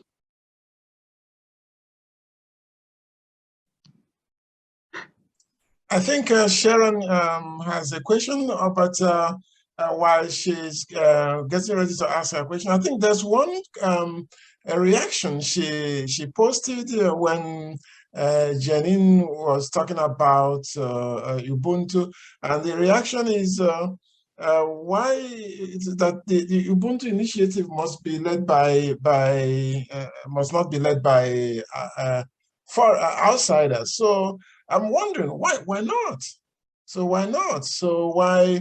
That's actually the spirit of Ubuntu. Ubuntu is open to the so-called natives or settlers or outsiders. So as long as the goal is to promote peace and communal living. So once we begin to differentiate between insider and outsider, we basically go against the spirit of Ubuntu. Yeah, so the way I understood Ubuntu is, of course, the idea, is indigenous to Southern African people, but Desmond Tutu will say, whoever is ready to practice generosity, whoever is ready to say that we belong in a bundle, or that I am because you are, whether you are a foreigner or a native, or so, you are welcome. So that's my 1 cent to what Sharon, what Dr. Betea said. So now so she has her question up. Yeah. So I hear all that, but when outsiders come in with the assumption that African people don't know how to be peaceful, that we don't know how to define ourselves and be ourselves of our identity, that's the problem to me. It's like, I don't mind you coming in and saying, oh, what is going on here, and respect that and become a part of that. But when you come in and define for me who I am as an African, you define for me what Ubuntu is, you don't even know what it was, that you don't do the work and then make sure. This sometimes when I hear this, it makes the assumption that African people don't know how to be peaceful. So outsiders got to teach African people how to be peaceful. We've been around for 2.5 million years. It's like, so in my mind, back off and then join the movement, not take over it and define it for us. And the same thing in the United States. You can't define my experience if you're an outsider, because it didn't happen to you. You can be a co-conspirator, but it should be about my understanding of my identity, my understanding of what peace is, my understanding and respect for that. And I don't find when outsiders come in and do that, they don't respect that. They think they know better. And so that's what I'm speaking to. I'm not saying, oh, not be Ubuntu. I'm saying that when they walk in and act like they know better, how to teach me how to be a better African, and they have no idea what that means. Yeah, and it's a really crucial point, and it's something that I reflect on a lot as I do field work in Congo, and then with Congolese diaspora here in the US. And I, my sort of primary research is with participants in armed conflict in that space in Eastern Congo, and then I do work with a survivor group from the Gatumba massacre 2004 in Burundi, and I have to make sure that, and again, this is a very sort of personal reflection, right? I have to make sure as I'm positioning myself that I'm doing it in a way that is supportive and not, colonial in any sort of aspect, right? That I'm seeing how I can support initiative and agency that already is there, and not showing or teaching people what to do. And that's an important part of what we do as an organization at EGP is, working with and developing sort of shared understanding with practitioners on the ground. So one of our colleagues is an educator in Uganda, if I remember right, Chris. It's Edgar. I can't remember which town he's in, but and so we're as a new organization, just that I can speak to what we do is we are mindful of that set of dynamics, right? And that grave errors and mistakes can be made when privileged white folk come in and assume the reins, which is a mistake.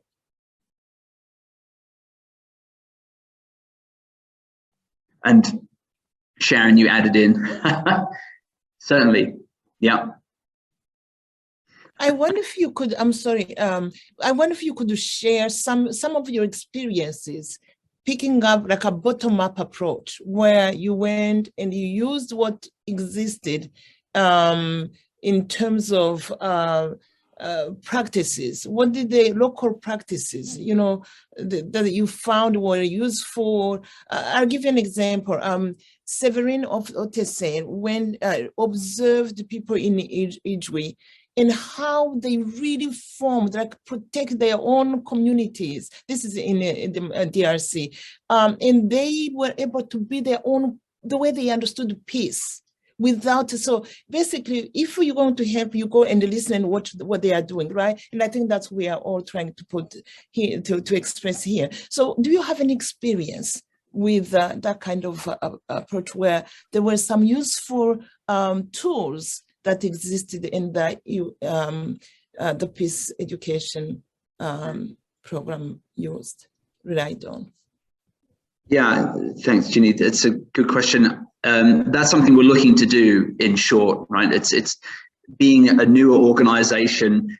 Some of the initiatives we're working on are, built collaboratively, but we haven't got to the stage yet where we've had the resources and the reach to be able to do that. But that is, a space that we want to work in.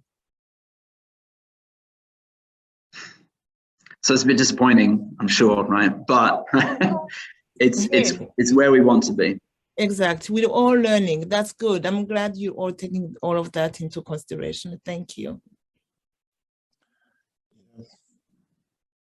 I think we still have time for just one question. And because we have bombarded Christopher with lots of questions, and I think, I think there are questions. I'm sorry, Chi. I think there are questions in the chat. Okay. One question. I don't think there's any question. There's some great comments that have been put in there from some of our participants that aren't on the panel. And of course, Sharon's stream of wisdom that we've been getting as well. Yeah. Okay. Thank you. I see. I don't know if it's a question.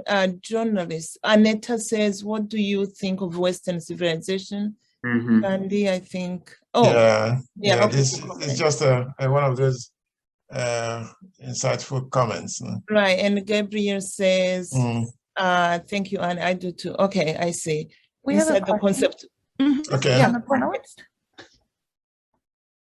I'm sorry. Say that again, Perla. Immaculée? Yes. She has a question. She has her hand raised. Okay. Oh, I see. I'm sorry. Yes. I didn't see I was that. reading the chat. So I actually don't have questions. I had a lot of comments because Christopher and maybe Chris' work is quite, I would have to call it provocative, especially for people who are from those areas and who also have been colonized. And as I said, the concept which Christopher picked on of the white savior is a little bit disturbing and can lead to what Galtung called negative peace. When you go and you think you are going to be promoting peace, but you end up promoting negative peace. So my question to you, how did you take that kind of possible reaction into consideration when you really decided to get started with your project? How did you factor in the fact that perhaps some people will look at you as another white savior who is coming again, as I said, oxymoronically, as another form of colonizer of thought? So have you taken that into consideration, joining back Janine's question of perhaps bottom-up strategy? Have you thought about how you may be perceived? Maybe I should take that question just because, the way EGP got started was actually one Jewish American and one Israeli who had been a soldier who has really suffering post-traumatic stress from some of the things that he did. They started looking at the violence in their own lives and how it had negatively impacted them, and wanted to think about how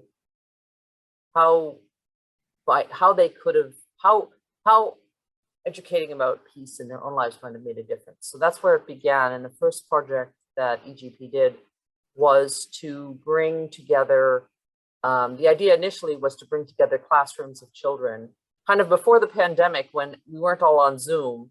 It was harder to bring people together. So we were starting by trying to bring a classroom. And so we started with a classroom in California, with a classroom in Pakistan of children to talk about these kinds of questions. So I think the idea was to bring, it was kind of like people to people cross communication on some of these issues. The second project was a book project, which really tried to interrogate what does peace actually mean, right? It's a fraught word. It means 10,000 things to different people, but looking at it academically from different disciplines to see how is it either present or absent or implied in different disciplines, to kind of think about how does peace and violence run through the structure of knowledge in the academy. So that's where the project has kind of started. Different people have been attracted and joined the project. Several from Colombia who've lived through that experience. More recently, we've had a couple of Africans join the project. So I think it's a question of what can we learn from each other at the grassroots level in terms of what is working in situations of conflict or post-conflict. So I think that was the impetus of where this project started. And you're right, I think you can't have like I think Janine said, you can't have one size fit all, here's peace education. It's not going to work across the world. From my own work, I think one of the things that I found quite interesting was the response to the Rwandan genocide. This question of what is going to stop that cycle of violence.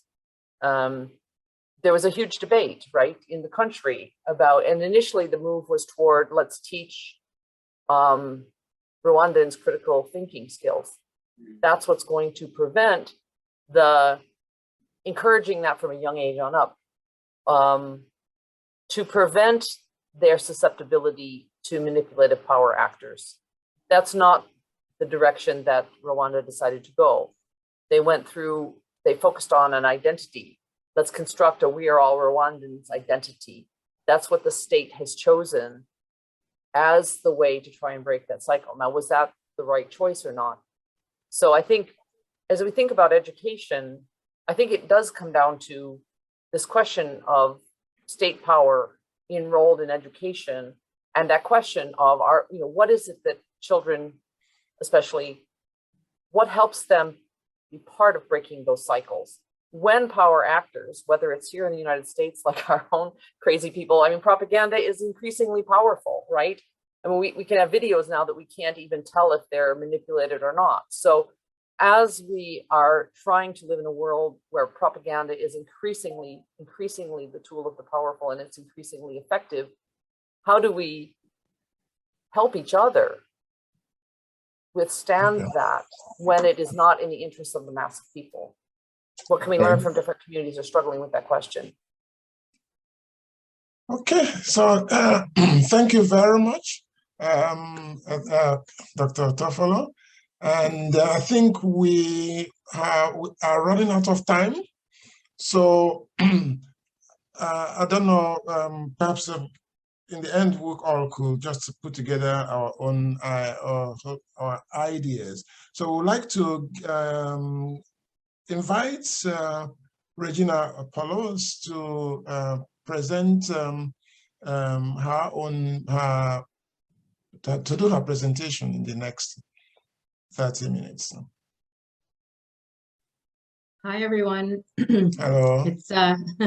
It's nice to see all of you, and what a very dynamic group and discussion. So I'll admit I am a little intimidated going into this, listening to what you all were talking about, but I think I'm in the right place. So what I'm going to do right now in the chat is just send you my personal contact information and one website based on the conversation you were having that you may be interested in, so that I don't forget to do that. But I'm not going to take my full 20 minutes because I am a very big fan of conversation and interaction. So what I usually do is I don't usually write my thoughts down, but for this particular discussion I did, because I wanted to make sure that I am clear about what I wanted to talk about And so first, let me start off by thanking the organizers for creating a place for this discussion on these particular topics.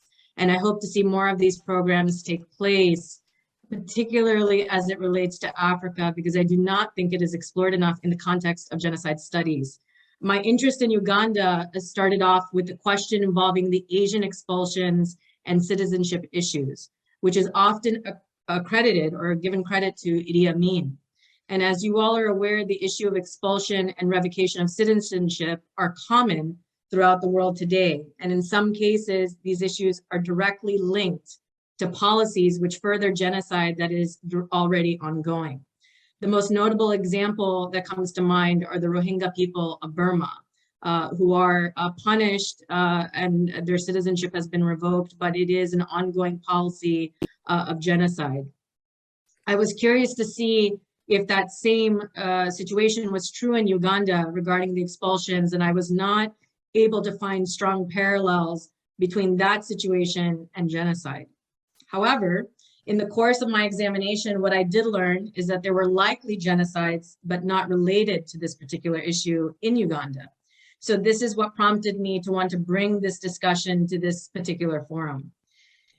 While examining the challenges of what took place during this time, I started to look more closely at the policies that were shaped by the first two significant leaders that came into power, Milton Obote and Idi Amin. And they are significant because of when they started in power, what they started while they were in power, and clearly have made an impact on what continues in Uganda today. And my presentation is going to focus on two specific themes that I hope will generate more discussion regarding the crime of genocide. My questions come from a legal lens, but I think since everyone here has an interest in genocide, the same questions could be asked, and given the interdisciplinary nature of this audience and the participants of this conference, we can come up with either the same or radically different responses to the questions.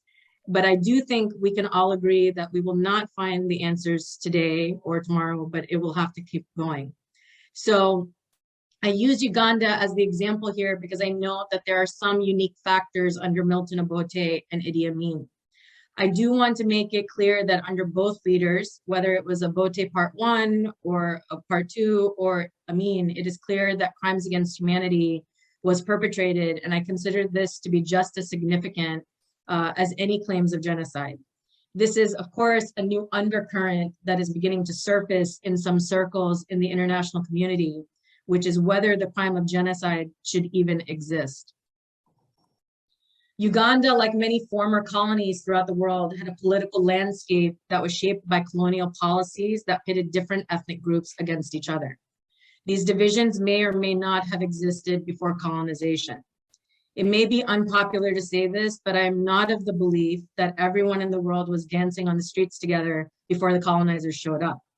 So as with ethnic groups in Uganda, like many other ethnic groups in the world, it is probably fairer to say that the colonizers were able to see or were told of obvious or festering issues between groups and use that information to their advantage to gain power and exploit resources. After the creation of the state of Uganda, these power imbalances did not go away. And in fact, it underpins the policies of both Obote and Amin. So then turning to this idea, I want to explore how are we evaluating policies when it comes to genocide, and policies meaning the actual overarching policies that are used by these governments. Do our perceptions of those policies change because a different leader is in power, yet no interruption of the policy has taken place? So in the case of Obote, he removes a legitimate power from leader, abolishes the constitution, creates the Charter of the Common Man, and creates a formal and responsive military apparatus which did not question him and supported his brutality. Among his top-ranking generals was Idi Amin.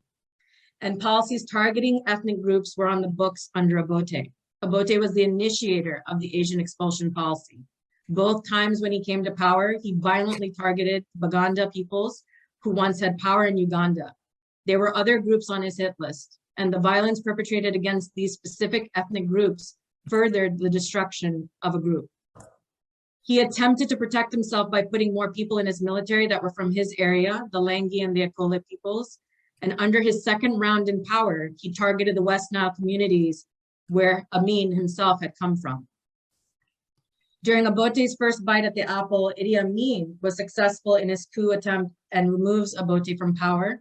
And under Amin here, we see no disruption of the policies of Obote, which I think is very key in this analysis.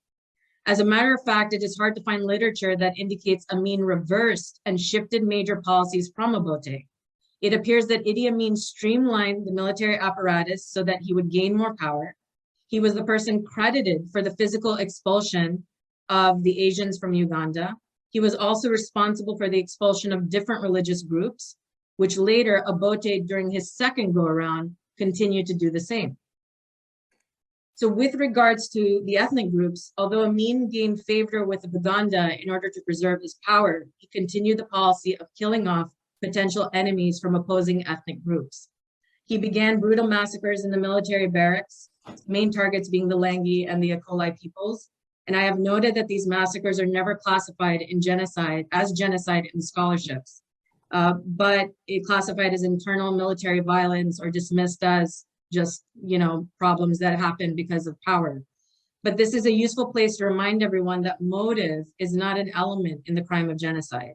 It is, although it may be probative regarding the crime and its purpose. So we should also consider the following, which is that while Idi Amin may not have created the policy, he did continue it. And therefore, at the very least, maybe he was complicit in genocide as his actions focusing on targeting and killing the Langai and the Akolai, regardless of whether they were in the military or not, was a foreseeable result of his actions. When Amin is removed from power through a coup, the Langai and Akolai eventually are invited back to the military ranks by Obote and then proceed to target the people of the West Nile and the Baganda in retribution.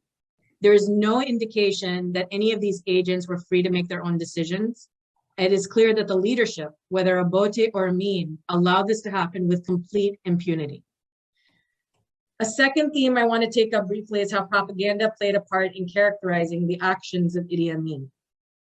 While he spent much of his time in ensuring strict control over the country and his military, what is interesting is that he was characterized as aloof or had no idea what was happening or was lazy and not really as polished as Obote, and he did not appear to intentionally target ethnic groups. The problem with this issue is that he did target specific ethnic groups. Idi Amin appears to have used publicity and the rumors about him to create a public image that was filled with a lot of fake news. Yet what is interesting is that this fake news, for whatever reason, tends to mitigate the intentionality behind what he did. And it should be noted that much of the literature about Uganda and genocide, in many cases, labels the actions of Obote as genocide, but not Idi Amin, even though, as I suggest, it was the same actions and policies. Idi Amin did play to the international community's questions regarding his actions, but it does not appear any of those actions actually stopped his brutality. So in closing, I can comfortably say that I believe that there is a lot of information out there that is missing that could close the gaps on what was happening during the formative years of Uganda as a state, and whether these were true cases of genocide. So I cannot come to a definite conclusion about Idi Amin or Obote as genocide perpetrators, but it is clear that both appeared to have a policy of violent retaliation towards specific ethnic groups. And even if they were loyal to them, as it has been noted in some of the literature that the Akolai and Langai were loyal to Amin, but still were murdered, that perhaps the reason for the generalities made by most scholars regarding the massacres is a lack of documentation or proof left behind by both regimes. And we see the impacts of a lot of decisions that were made by both of them. But we do not have much analysis on the international crimes which took place during their leadership. Perhaps it is because their regimes are no longer relevant to most people. And to this sentiment, I would disagree.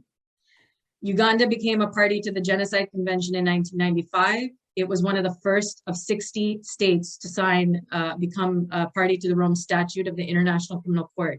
So it is clear that the Uganda of today appears to have a different commitment to international criminal law. But even though its past leaders apparently seem to dismiss this or not take it too seriously. So with that, I will conclude, and I am open to discussion. Thank you very much, Regina Palos.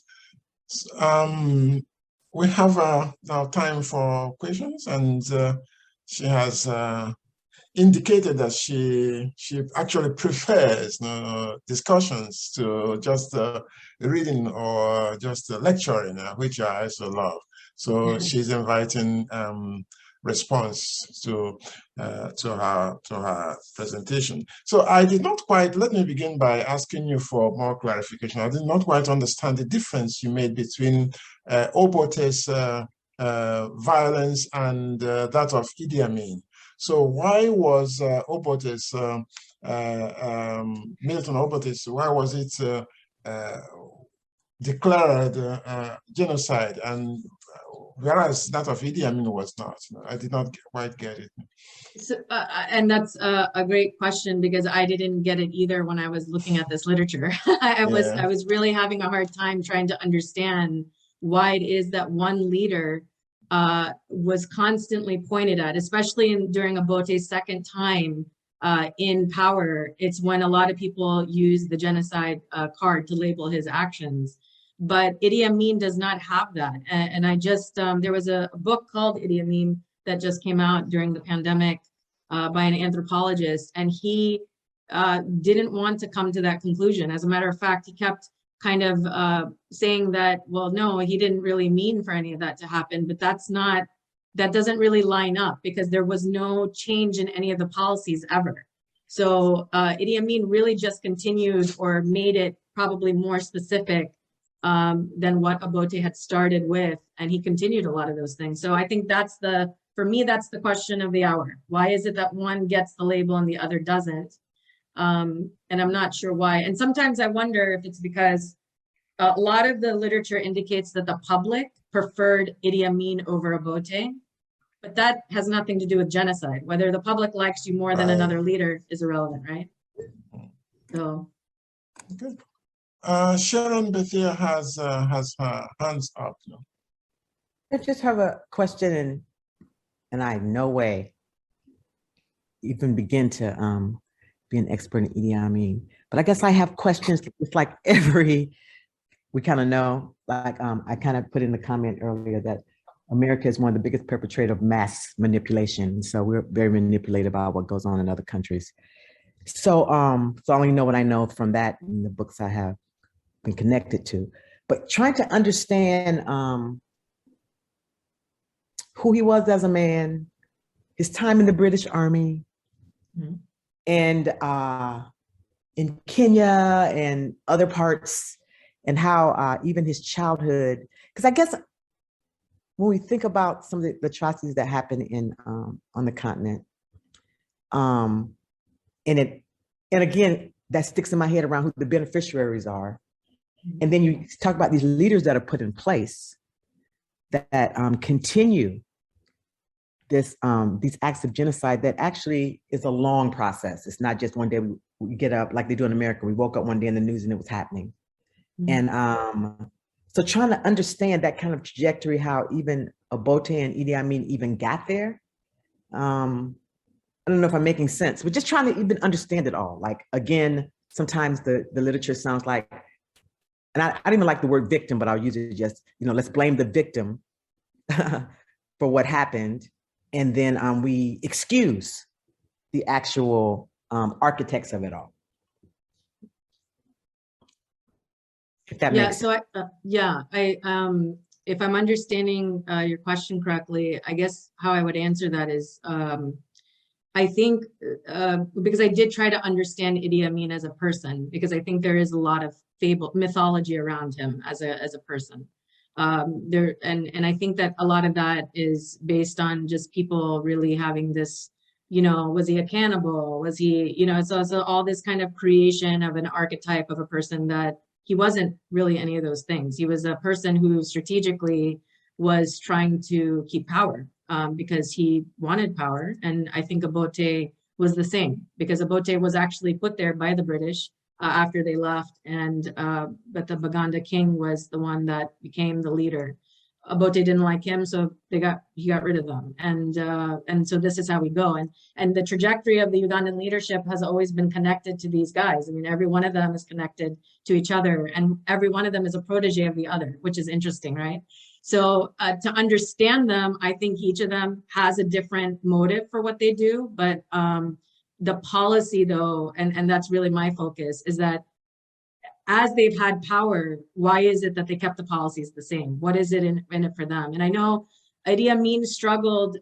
He had a love-hate relationship with the British because he was very instrumental in the Mau Mau rebellions. He did absolutely do the work for the British. They loved him and the work that they trained him to do.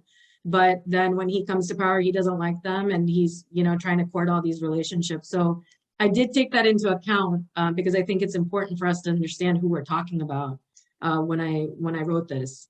So I hope that answers it, because I think it's hard to just look at one piece of literature. And believe it or not, in the case of Uganda, this is really more of a kind of the British and the Uganda relationship that's really more influential. Not really he didn't really have a relationship with the Americans. As a matter of fact, the second runner-up in that relationship is the Israelis, which I thought was very interesting, given the location of Uganda. I hope that answers, Sharon, what you asked. Yeah, it leads me to, you try to figure out where to search. And so, yeah. Thank you. Thank you so much. That's great. So Barbara has a question. Dr. Scott, you raised your hand. I'm not sure if she hears us. Barbara? Okay, we can It go was by accident. I don't have a question. Okay, all right. Let me take this opportunity to tell everyone, if you want to ask your question verbally, you can just raise your hand. If you go to your options at the bottom of your screen, you can click on raise hand, and then we can, Salma will unmute you, and then you can ask your question. So you don't have to write. If you're like me, I like to talk. So, so typing my question, by the time I finish typing, it's almost like over. So, so please raise your hand if you have a question.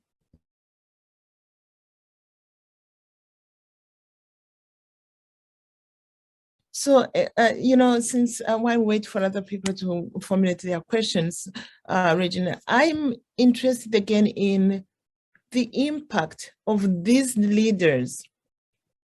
Right now, I'm really interested in the power elite in all these countries, like the impact. So it's almost like they do what they do at that moment, and then like we tend to forget. And what you're doing here is remind us, like take us back there. And I really agree with you that it's the lack of resources, because we forget, and then there isn't continuous research that's being done to remind people, to carry it so that it doesn't happen again. As someone earlier said, one of the presenters talked about, if we don't talk about it, then it may happen again. So I'm interested in the local, like people locally in Uganda. Is there a feeling, is there even a group or groups who are really paying attention to this? I can speak. I want to answer that first from the Asian perspective, in which I'm familiar with, and then see if it translates accordingly. But the whole colonization, I mean, it had spread around the world with different agents, right? So we had the British and everybody else. But in India, for instance, we had the British. And a lot of people will say, and especially like in China and all these other countries, they'll say, we don't need to talk about the crimes of the past, right? Because what's the point? Like, why do we need to dwell on that? Let's move forward. And so everybody's moving forward, which is interesting, because when you move forward, the legacy of all those things also move forward with you. And I think that is what makes me kind of wonder, right? When people say, like, we don't need to talk about the past anymore. We actually do. And maybe we don't need to call it genocide, and maybe we don't need to call it all these other words, but we do need to acknowledge it. And we need to figure out what is the root. So a lot of times when I'm working on, so for instance, Burma is a really great example, because it reminds me of Uganda in some ways. in that you have one predominant, I call them nations because the peoples themselves come from different ethnic groups. So this Barmar nation comes to power after the British leave, and they have kept their hold on power because they want a Burmese nation that is based on their ideology, Buddhism and everything else, to the expense of everyone else. So you have the Kachin, you have the Karen, and then you have Rohingya, Christians, Muslims, whatever their beliefs are. You have people who are sea nomads that are being persecuted. And so for them, the international community, if you look at the way they respond, they have only looked at this situation starting in 2016, because that is when they visibly saw 1 million people cross the border into Bangladesh. And they said, oh my God, look at this, what is this? But instead, what I always tell, my clients, and I always mention to people, that genocide started in the warning signs for that genocide started in the 60s. The actual physical policy of the genocide began, if you need a time frame, starts in the 1980s. So we had like 20 years of warning signs, and then we start this because it's as Sharon mentioned, right? We're laying the groundwork somewhere. So number one, I think the issue is I don't think people understand the dynamics of genocide properly, and most crimes. So, it's kind of like, I wonder, why do military people think it's okay to rape people in war? Like, what is that? What is the thinking behind that? Because that's not okay. It's not even okay in peacetime. And if you're not in the military, it's not okay. But what actually says to someone it's okay to do that in the middle of a conflict? And so I think there are conversations that aren't happening. And what I'm worried about is that a lot of people think that these are Western-led conversations, and they're not. They're just important conversations for us to have, because I think the women in Africa and the women in India and everywhere else in the world deserve to live lives where they're not raped, no matter what's going on. And that's not Western. There's nothing Western about it. It's about dignity, right? And respect. So the issue that I think is really underlying all this is, number one, is it a history that we're comfortable in talking about that won't start a fight again? And number two is how much of that do people think that it's propaganda? And that's, in a lot of the Asian countries I work with, people will say, well, this human rights thing, that's a total American thing. Not really. If you incarcerate 1 million Uyghurs and you tell them that they don't get to live anymore, there's nothing American about that. It's just wrong. So I think that's the issue. So I don't want to keep blabbing on, but I'd love to hear your opinions on that. But that's what I'm coming to. And I think it's a hard question. Yeah, thank you very much. There's one more question. I think a person wrote here, there are reports of significant political repression against social justice organizations in Uganda today. Can you tie in Museveni's administration? Do you see Museveni's administration as a continuation of that historical pattern? Yeah, he was a protege of Obote. So I mean, this is really we're just continuing on with the same structures. But the difference is what has Museveni learned? In my opinion, he's learned the language that gets him to the right places, right? So he's signed the right treaties, he's playing the game. I mean, they have the Kampala Amendment on aggression. I mean, this is what we're learning, and this is what the perpetrators learn. You say the right things and you get to the right places, and maybe then people will say it's okay. I mean, we just saw Putin do this a week ago or last week. Oh, there's a genocide, we have to go in there. He just said the word and that was it, right? Like he just went flying in there. And I think that's what's happening is, so I think Museveni, I don't see a disconnect between him and the people that came before him, which makes it all more important for, I think, us to talk about the past. And I do know that his opposition groups who ran against him are claiming that these elections aren't even fair because he has continued on the same structure as Idi Amin and Obote before him. Okay, so we have time for one more question, and I said to Barry, Ibrahima is raising a question. No, I don't really have a question. If a person have a question, I would give it. It's just to add on your point. Yeah, I see Rebecca, I think, has a question. Yeah.